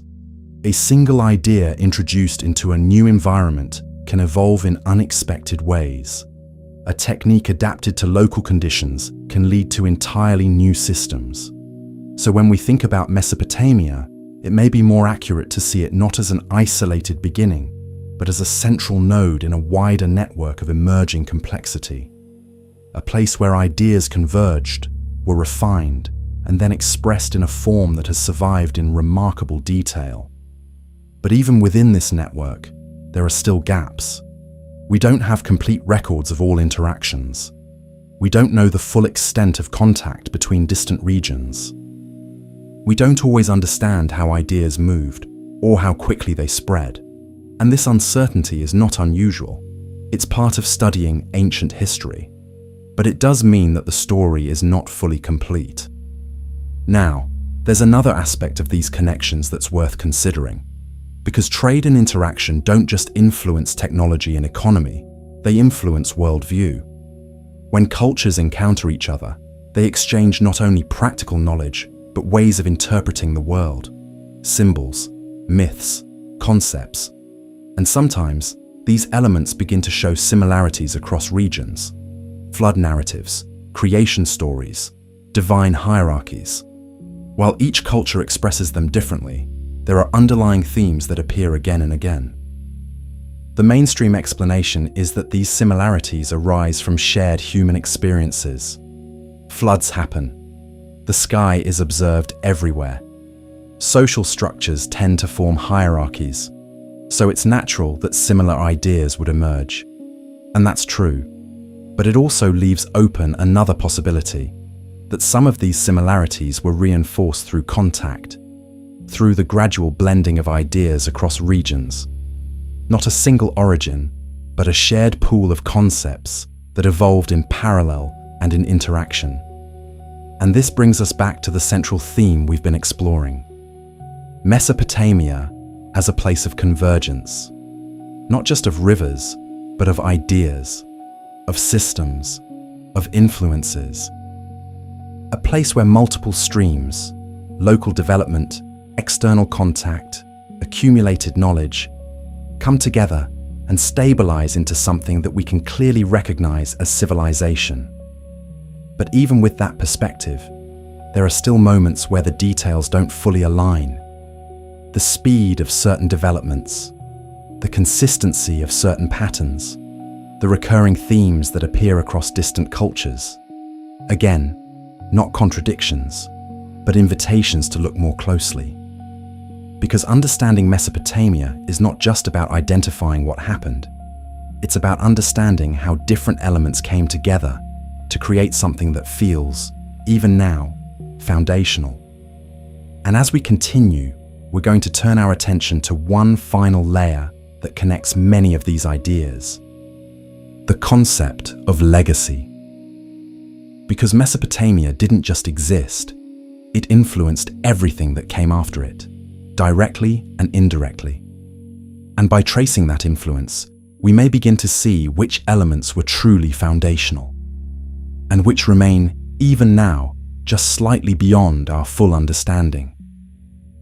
As we begin to consider the legacy of Mesopotamia, the perspective shifts once again, from looking at what existed within that region, to understanding how its ideas, systems, and structures continued to echo long after the original cities had declined. Because one of the most defining characteristics of Mesopotamia is not just that it developed early forms of civilization, but that many of those developments didn't disappear. They persisted, adapted, and quietly shaped the world that followed. The most obvious example is writing. Cuneiform itself eventually faded as new scripts emerged, but the concept of writing as a structured system for recording language became foundational. Later civilizations, whether in the Near East, the Mediterranean, or beyond, developed their own scripts, their own methods, but the underlying idea remained the same. Language could be externalized, preserved, transmitted across time, and that changes everything. Because once information can be recorded, it no longer depends entirely on memory. It can accumulate. It can be refined. It can be compared across generations. The mainstream understanding is that Mesopotamia represents one of the earliest points where this transition becomes clearly visible.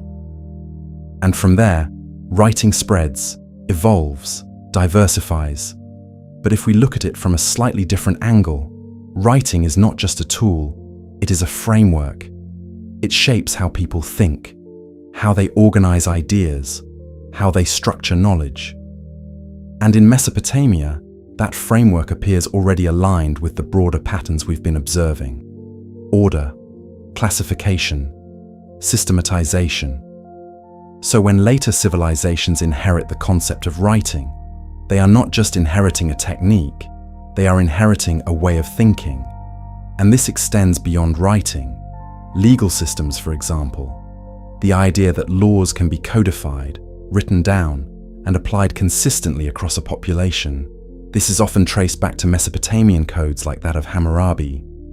The mainstream view is that these early law codes represent attempts to bring fairness and predictability to increasingly complex societies. And that's well supported. But again, there's a deeper layer. Because codifying laws transforms them. It takes something that might have been flexible, context-dependent, and makes it fixed, standardized. And that shift, from fluid to structured, is exactly the pattern we've seen throughout Mesopotamia. Now, consider mathematics. The base 60 system we discussed earlier didn't disappear.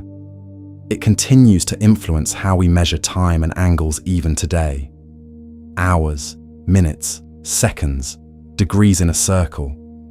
These are remnants, quiet, almost invisible connections to a system developed thousands of years ago. And what's interesting is not just that these systems persist, but that they remain functional, effective.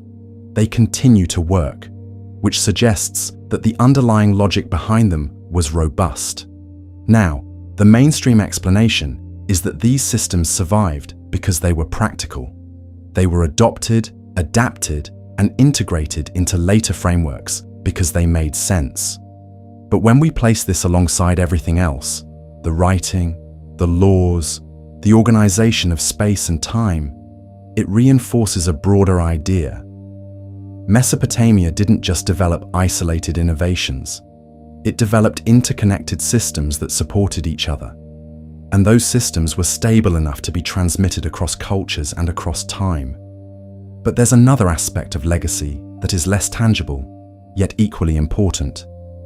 Narrative.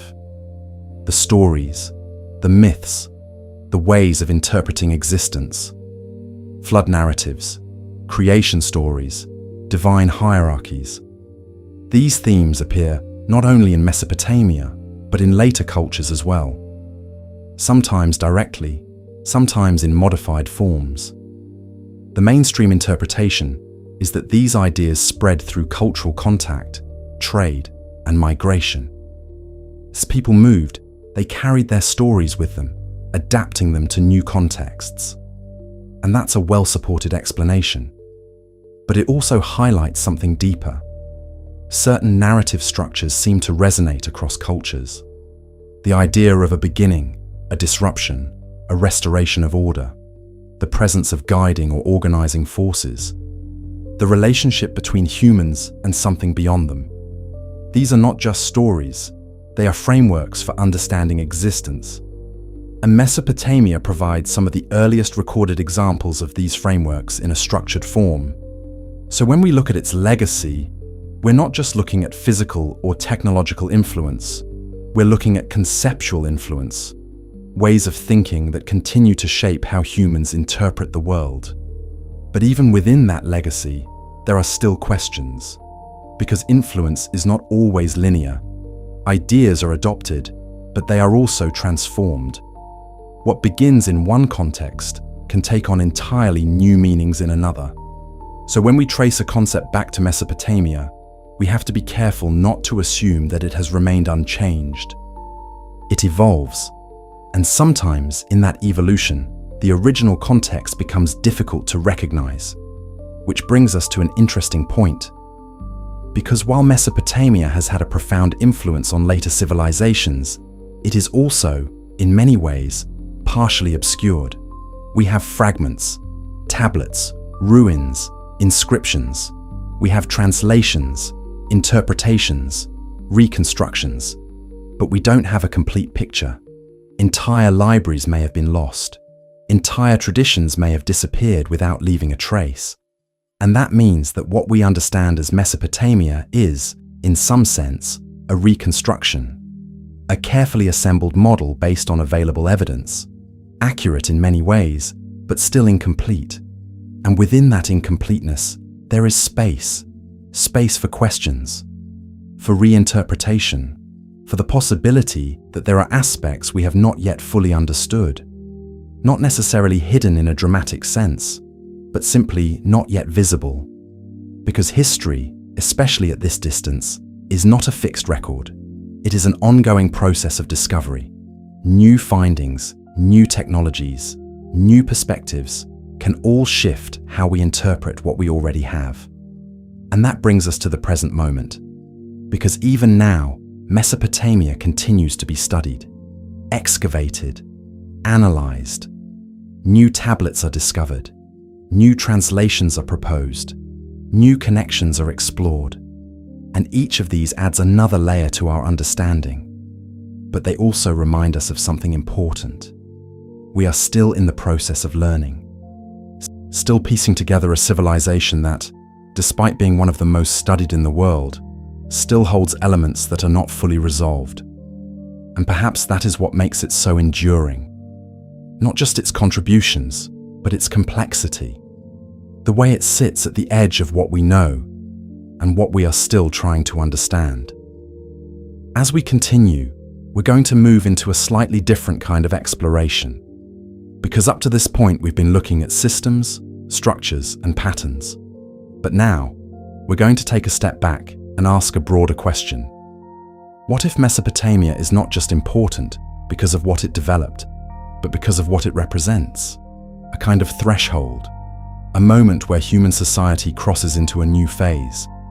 And if that's the case, what exactly changed at that threshold? If we step back now, just slightly, and look at Mesopotamia not as a collection of cities, texts, or systems, but as a moment in time, a kind of threshold, something begins to feel different about it.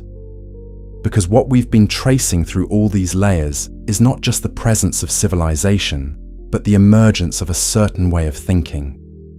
A shift. Not sudden in the sense of happening overnight, but distinct enough that, when we look at the record, it feels like a boundary between two modes of existence. Before this threshold, human life, at least as far as we can reconstruct it, was primarily local, immediate, and adaptive. Small groups, direct interaction with the environment, knowledge passed through experience and oral tradition. Complex in its own way, but not systematized in the same manner. After this threshold, something changes. We begin to see abstraction, not just living in the world, but representing it, modeling it, creating systems that exist alongside reality, writing, law, mathematics, structured religion, recorded history. And Mesopotamia is one of the earliest places where this shift becomes clearly visible. The mainstream explanation is that this is the natural result of increasing complexity. As populations grow, as agriculture stabilizes food supplies, as settlements become permanent, new challenges arise. Coordination, resource management, conflict resolution. And to meet those challenges, humans develop new tools, conceptual as well as physical. That explanation holds. It aligns with what we understand about human behavior and social development. But when we look closely at the nature of this shift, it feels like more than just scaling up. Because the introduction of abstraction changes not only how people organize their societies, but how they perceive reality itself. Take writing again, not just as a tool for recording information, but as a way of externalizing thought. Once language is written, it becomes fixed. It can be examined, revised, compared. It allows for a level of reflection that is difficult to achieve with purely spoken language. And this leads to something subtle but powerful. Ideas begin to exist independently of the individuals who created them. They can be preserved, transmitted, and built upon across generations. And that creates a kind of continuity that extends beyond any single lifetime. Now consider law. Before codification, rules are flexible, often dependent on context, memory, and interpretation. Once written, they become standardized. They can be applied consistently, referenced, enforced in a more structured way. This introduces predictability, but also rigidity, and that changes how people interact with each other and with authority. Now consider time. When time is measured, divided, structured into calendars and cycles, it becomes something that can be planned around, anticipated, managed. The future becomes something that can be prepared for, rather than simply encountered. And when we place all of these together, writing, law, timekeeping, urban planning, we begin to see a pattern. Mesopotamia represents a point where humans begin to construct systems that mirror the world, and then use those systems to shape the world. It's a feedback loop. Reality informs the system, and the system informs reality. And that is a profound transformation, because it introduces a new layer between humans and their environment, a layer of representation. Now, the mainstream view sees this as the foundation of civilization. And it is. But if we look at it from a slightly different angle, it also raises an interesting question. What triggered this convergence? Because as we've seen, many of these systems appear within a relatively narrow window of time, at least in the archaeological record. Writing, structured governance, advanced architecture, mathematical frameworks. Each of these could develop independently, but here they seem to reinforce each other. So was this simply the result of conditions aligning in the right way? Population density, resource availability, environmental pressures, all reaching a point where these developments became necessary and possible? Or is there something about this threshold itself that encourages rapid consolidation? Because once one system is in place, say, writing, it accelerates the development of others. Knowledge can be recorded, shared, refined more efficiently. Systems can become more complex because they can be documented. So perhaps what we're seeing is not a sudden leap, but a cascade. A point where enough foundational elements were in place that everything else could develop more quickly. And that would explain the pattern without requiring anything beyond what we already understand about human behavior. But even with that explanation, there is still something about the clarity of this transition that invites attention. Because when we look at earlier periods, the record is more diffuse, less structured, harder to interpret. And then, In Mesopotamia, things begin to crystallize. Not perfectly, not completely, but enough that we can recognize the shape of something new. And that shape has persisted. Because even today, much of how we organize our world, our systems of writing, law, time, measurement, can be traced back in some form to this threshold. So perhaps Mesopotamia is not just important because of what it created, but because it represents a shift in how humans interact with reality, from direct experience to structured representation, from adaptation to organization, from memory to record.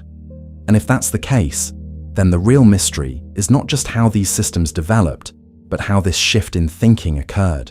Because changing how you think is not as simple as inventing a new tool. It involves perception, cognition, shared understanding. It involves an entire culture moving toward a new way of interpreting the world. And that kind of shift is difficult to trace in detail. We can see its results. We can infer its process. But the moment itself, the transition, is harder to pinpoint. And maybe that's why it feels so distinct. Because we're not just looking at a series of developments, we're looking at a transformation in perspective. And transformations like that are rarely clean or fully visible. They leave traces, patterns, hints, but they also leave gaps. And those gaps are where the questions remain. As we move forward, we're going to explore one more dimension of this transformation. Because alongside all these systems, writing, law, time, there is another element that ties them together: belief. Not just religious belief, but the underlying assumptions about how the world works, what order means, what structure represents. And in Mesopotamia, those beliefs are deeply embedded in everything we've discussed. So next, we'll look more closely at how belief and structure interact, and what that might reveal about why this threshold took the form that it did.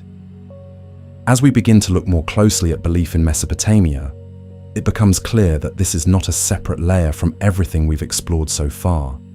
It is woven directly into it. The structures, the laws, the writing, the measurement of time, all of these are not just practical systems, but expressions of how the world itself was understood. Because belief, in this context, is not only about gods or rituals. It is about the underlying assumptions that guide how a civilization organizes reality. And in Mesopotamia, those assumptions appear to revolve around a central idea, that the world is structured and that this structure must be maintained. From a mainstream perspective, Mesopotamian religion is polytheistic, with a pantheon of gods representing different aspects of nature and society. Each god has a domain, a role, a function. The sky, the water, the earth, the winds, the forces that shape existence, all are given form through these figures. This aligns with what we would expect from an early civilization trying to make sense of its environment. Natural forces are unpredictable, powerful, and often beyond direct control. Assigning them identities allows them to be understood, communicated with, and in some sense, integrated into a system. But what stands out is how organized this system is. The gods are not random or chaotic. They exist within a hierarchy. They have relationships, responsibilities, boundaries.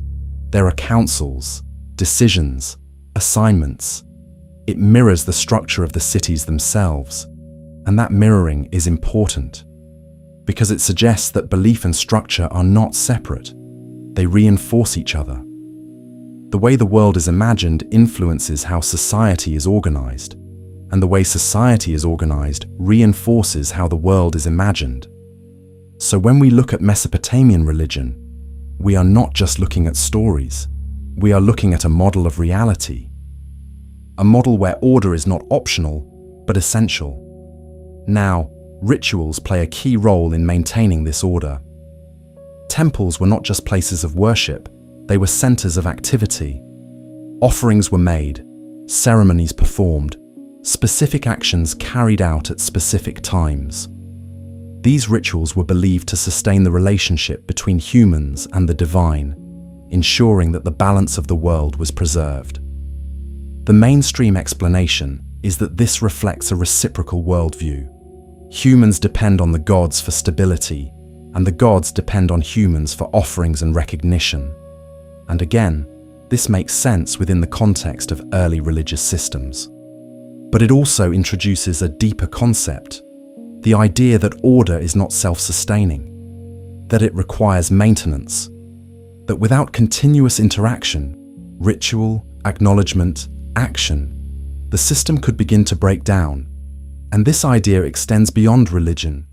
We see it in law, where rules must be enforced, in writing, where records must be maintained, in timekeeping, where cycles must be observed. Everything requires upkeep, and that creates a kind of constant engagement with structure, a continuous effort to preserve the systems that define the civilization.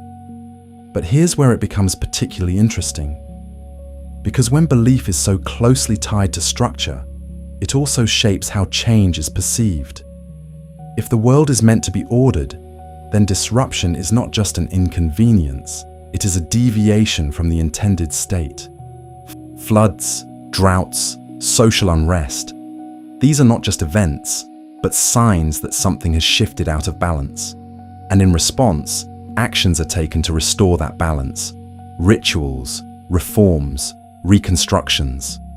So the civilization becomes not just a passive observer of events, but an active participant in maintaining what it understands to be the correct structure of reality. And this perspective can help explain some of the patterns we've seen. The emphasis on rebuilding cities after destruction, the preservation of texts, the continuity of certain architectural forms. These are not just practical decisions. They are expressions of a belief that order must be restored, preserved, continued. Now, from a modern standpoint, it's easy to separate belief from function, to see religion as symbolic and systems like law or writing as practical. But in Mesopotamia, that distinction is less clear. The practical and the symbolic are intertwined. A law is not just a rule, it is part of a larger order. A temple is not just a building, it is a point of connection. A calendar is not just a tool, it is a reflection of cosmic rhythm. And when everything is connected in this way, the entire civilization operates within a unified framework. Now, this doesn't mean that every individual understood or engaged with this framework in the same way. There would have been variation, personal interpretation, differences in experience, but the overall structure remains consistent. And that consistency is what allows the civilization to function at scale. But it also raises an interesting question, because when a system becomes this integrated, when belief and structure are so closely aligned, how flexible is it? Can it adapt easily to new information, new conditions? Or does it tend to preserve existing patterns even when they are challenged? The history of Mesopotamia suggests both. There is adaptation, new rulers, new influences, new developments. But there is also continuity, persistent forms, recurring themes, stable frameworks. So perhaps the system is not rigid, but resilient, capable of change, but grounded in a core set of principles that remain intact. And those principles, as we've seen, revolve around order, structure, and the maintenance of balance. But even within this framework, there are moments where the boundaries become less clear. Stories that blur the line between human and divine. Events that disrupt the expected patterns. Descriptions that don't fully align with a purely symbolic interpretation. Again, not contradictions, but openings. Places where the system of belief is not entirely closed, where questions can still exist. And that brings us to the final phase of our exploration. Because after looking at the systems, the structures, the beliefs, and the legacy, there is one more step. To step back once more and ask what all of this might mean when we consider it as a whole. Not just as a historical case, but as a reflection of how humans begin to understand and shape their world. If we take one final step back now, allowing all of these layers to settle into place, the cities, the texts, the systems, the beliefs, Mesopotamia begins to feel less like a distant point in history and more like a kind of mirror. Not a perfect one, not a complete one, but a reflection of something fundamental in how humans come to understand the world. Because what we've been tracing through each part is not just the development of civilization, but the emergence of patterns of organization, of interpretation, of structuring both the external environment and internal thought. And when those patterns align, when they reinforce each other, something stable begins to form. That stability is what allows a civilization to persist. But it also creates a framework, a way of seeing, that can be difficult to step outside of. In Mesopotamia, that framework is built on order. Everything we've looked at points back to it. Writing organizes language. Law organizes behavior. Architecture organizes space. Timekeeping organizes experience. Belief organizes meaning. Each system supports the others, creating a network that holds the civilization together. And from a mainstream perspective, this is exactly what we would expect. As societies grow more complex, they require more structure, more coordination, more predictability. But when we look at how consistently this pattern appears in Mesopotamia, it begins to feel less like a collection of solutions and more like a unified approach. Almost as if the civilization is not just responding to challenges, but expressing a particular way of thinking, a preference for definition over ambiguity, for structure over randomness, for systems that can be maintained and transmitted. And that preference shapes everything. Now, this doesn't mean that Mesopotamia was static or unchanging. We've already seen how cities rose and fell, how rulers shifted, how influences came and went. But beneath those changes, the underlying framework remains surprisingly consistent.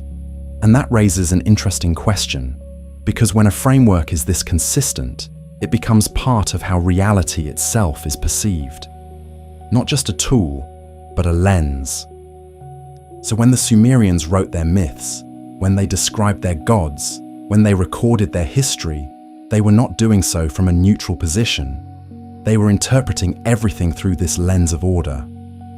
And that interpretation shapes what we see today, because the records we have, the tablets, the inscriptions, the lists, are products of that framework. They emphasize structure, they organize information, they present the world in a way that aligns with the system they are part of. And that means there are always going to be elements that don't fully fit, details that seem out of place, patterns that don't align perfectly, gaps where the structure becomes less clear. Not because the civilization was incomplete, but because any system of understanding has limits. And those limits are where the questions remain. Now, it's important to stay grounded here. There's no need to assume hidden knowledge, lost advanced civilizations, or external influences beyond what evidence supports. The mainstream explanations, gradual development, cultural exchange, human ingenuity, are strong, well supported, and sufficient to explain most of what we see. But acknowledging that doesn't mean closing the door on curiosity. Because even within well-supported explanations, there are still areas that are not fully resolved.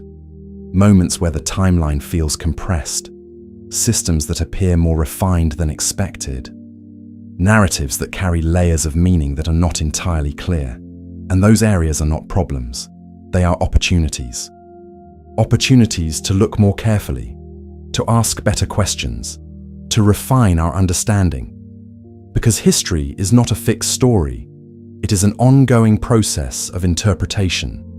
And Mesopotamia, perhaps more than any other early civilization, sits right at the edge of that process.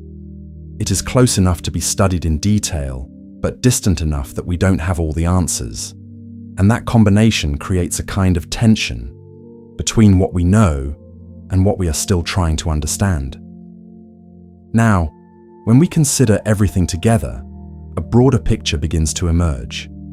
Mesopotamia as a convergence point, a threshold where multiple developments, social, technological, conceptual, come together and stabilize into a recognizable form of civilization. Not necessarily the absolute beginning, but a moment where the pattern becomes clear. And once that pattern is established, it can be repeated, adapted, expanded, which is exactly what we see in later civilizations. So in that sense, Mesopotamia is not just part of history, it is part of a process that continues, a process of organizing, structuring, interpreting the world. And perhaps that is the most enduring aspect of its legacy. Not any single invention, but the way those inventions fit together into a coherent system. A system that allows humans to move beyond immediate experience and begin shaping reality in a more deliberate way. But even with that understanding, there is still something that remains just slightly out of reach. Because while we can trace the systems, analyze the structures, interpret the texts, the moment of transition itself, the point where this way of thinking takes hold, is still difficult to fully see. We can infer it, we can model it, but we can't observe it directly. And that leaves us with a final kind of question. Not about what Mesopotamia was, but about what it represents. A shift in how humans relate to the world. A movement from experiencing reality to organizing it. And once that shift occurs, everything that follows is shaped by it. As we move into the final part, we're going to bring all of this together. Not to arrive at a single conclusion, but to reflect on what these patterns might mean when viewed as a whole. Because sometimes, understanding comes not from answering every question, but from seeing how the questions themselves connect. As we begin to bring everything together, not as separate pieces but as a continuous thread, Mesopotamia starts to feel less like a distant subject of study and more like a kind of quiet turning point, something that didn't just happen in one place, at one time, but something that continues to echo forward in ways that are easy to overlook. Because when we look at all the elements side by side, writing, cities, law, timekeeping, belief systems, structured knowledge, they don't exist independently. They form a network, a system of systems, each one reinforcing the others, stabilizing them, allowing them to persist. And that persistence is what gives Mesopotamia its weight. Not just that these things were created, but that they held together long enough to be transmitted, to become part of something larger. From a mainstream perspective, this is exactly what we would expect from the early stages of civilization. Once humans reach a certain level of population density and resource stability, these systems become necessary. They emerge, they evolve, and they spread. But when we slow down and examine the pattern itself, something else becomes visible. Because it's not just the presence of these systems, it's how tightly they are integrated. Writing supports law. Law supports social structure. Social structure supports large-scale construction. Construction reinforces belief systems. Belief systems justify authority. Authority maintains order.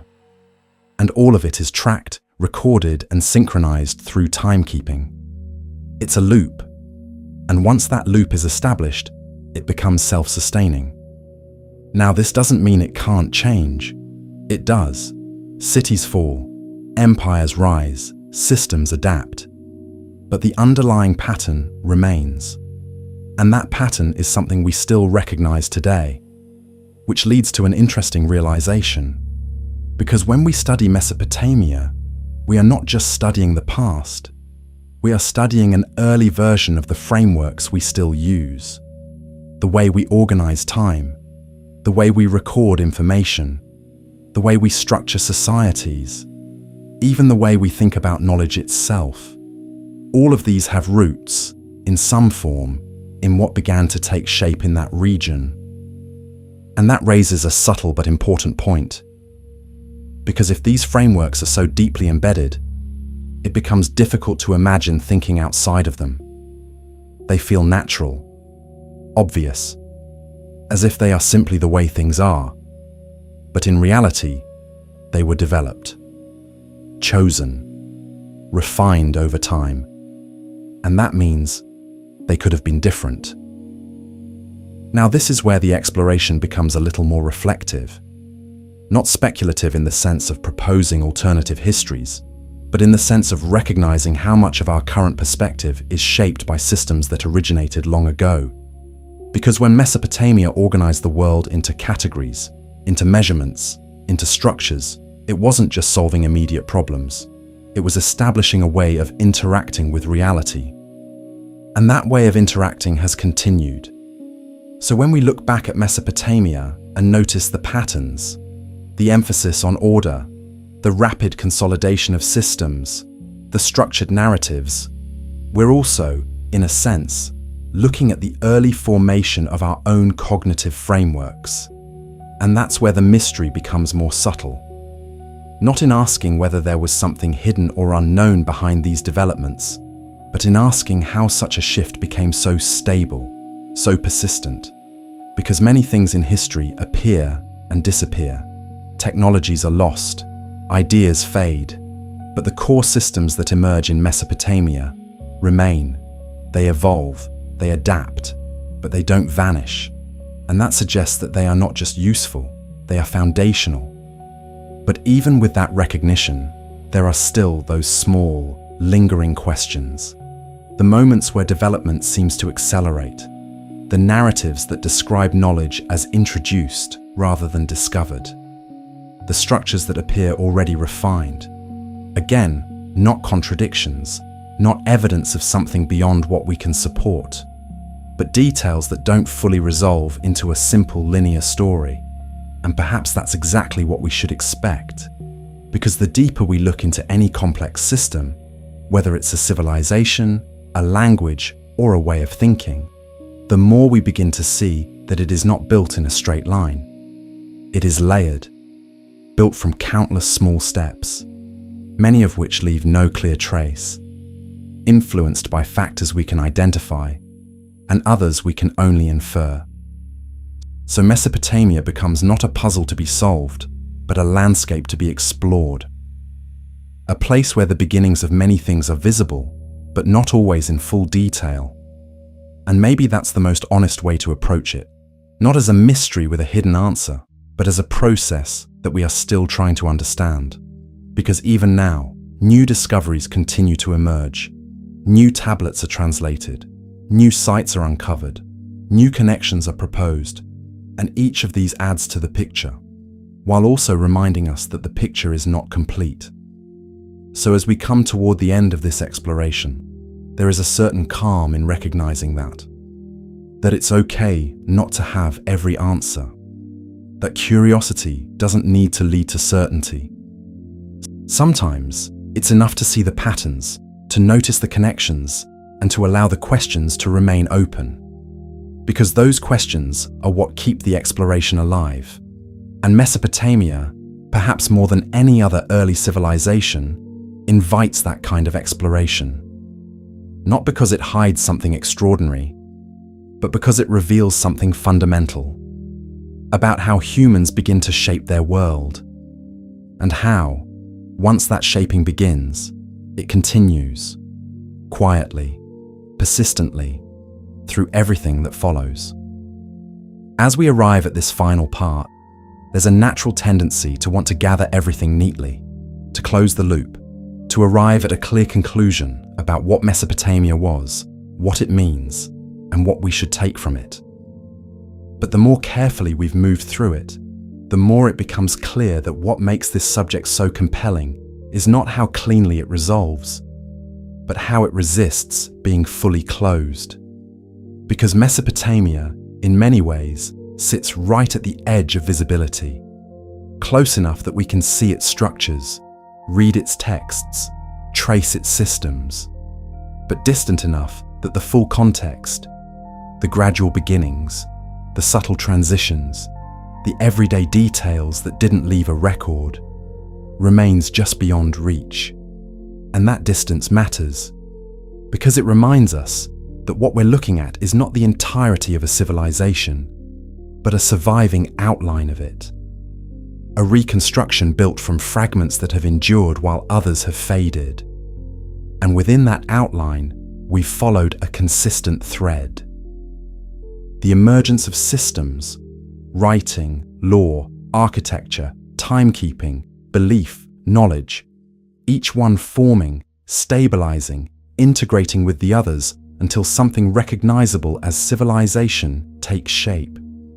The mainstream explanation holds strong throughout this. Human societies, given the right conditions, develop complexity. They organize, they innovate, they adapt. And Mesopotamia represents one of the earliest places where this process becomes clearly visible in the archaeological and written record. There is no need to step outside that framework to understand what happened. And yet, even within that framework, there are still moments that invite a quieter kind of reflection. Not because they contradict what we know, but because they don't fully settle into a simple narrative. The appearance of systems that feel already refined. The way knowledge is described as something introduced rather than gradually accumulated. The recurring themes that appear across distant cultures, echoing similar structures of thought.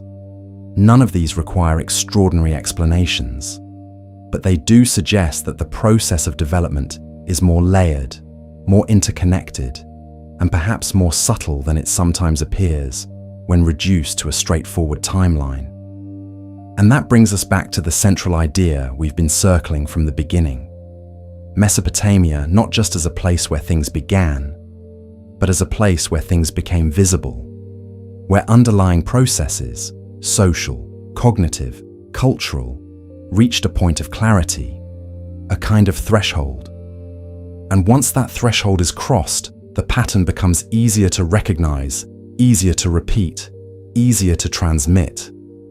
So perhaps the real significance of Mesopotamia is not that it created civilization from nothing, but that it represents one of the earliest moments where civilization becomes stable enough to leave a detailed record of itself. A moment where human systems, of thought, of organization, of interpretation, align in a way that allows them to persist across time. And that persistence is what connects it to everything that follows. Because even now, thousands of years later, we are still working within frameworks that echo those early structures. We still divide time in ways that trace back to those first systems of measurement. We still rely on written language to preserve and transmit knowledge. We still build societies around codified laws and organized spaces. And perhaps most interestingly, we still interpret the world through systems. We categorize, define, structure. We look for patterns. We create models that help us make sense of what we observe. In that sense, the shift we've been describing, the movement from direct experience to structured representation, is not something that ended in Mesopotamia. It's something that continues. And that continuity makes the past feel a little closer. Not because we are the same as the Sumerians or the Babylonians, but because we are still using some of the same foundational approaches to understanding reality. Now, as we sit with all of this, there's no need to force a final answer. No need to decide exactly how every system developed or to resolve every unanswered detail. Because the value of this exploration is not in reaching certainty, but in seeing the connections, in recognizing the patterns that link the earliest cities to the present moment, in noticing how ideas, once established, can travel across time in ways that are both visible and subtle. And perhaps most importantly, in allowing space for the unknown. Because history, like any complex system, is never fully complete. There are always layers beneath what we see, contexts that have been lost, perspectives that were never recorded. And acknowledging that doesn't weaken our understanding, it strengthens it. It keeps us open, curious, willing to look again, to ask new questions, to refine what we think we know. So, as this quiet exploration comes to an end, what remains is not a single conclusion, but a perspective. That Mesopotamia is both understood and still unfolding. That it offers us clear evidence of how civilization can take shape, while also reminding us that the process behind that shape is not always fully visible. And that between those two things, what we can see and what remains just out of reach, there is a space where curiosity lives. And maybe that's the most important part to carry forward. Not just the knowledge itself, but the awareness that there is always more to explore. Even in the oldest places, even in the foundations of everything that came after. And as the night continues and the mind begins to slow, that thought can simply remain steady, quiet, and open, not needing to resolve, just present.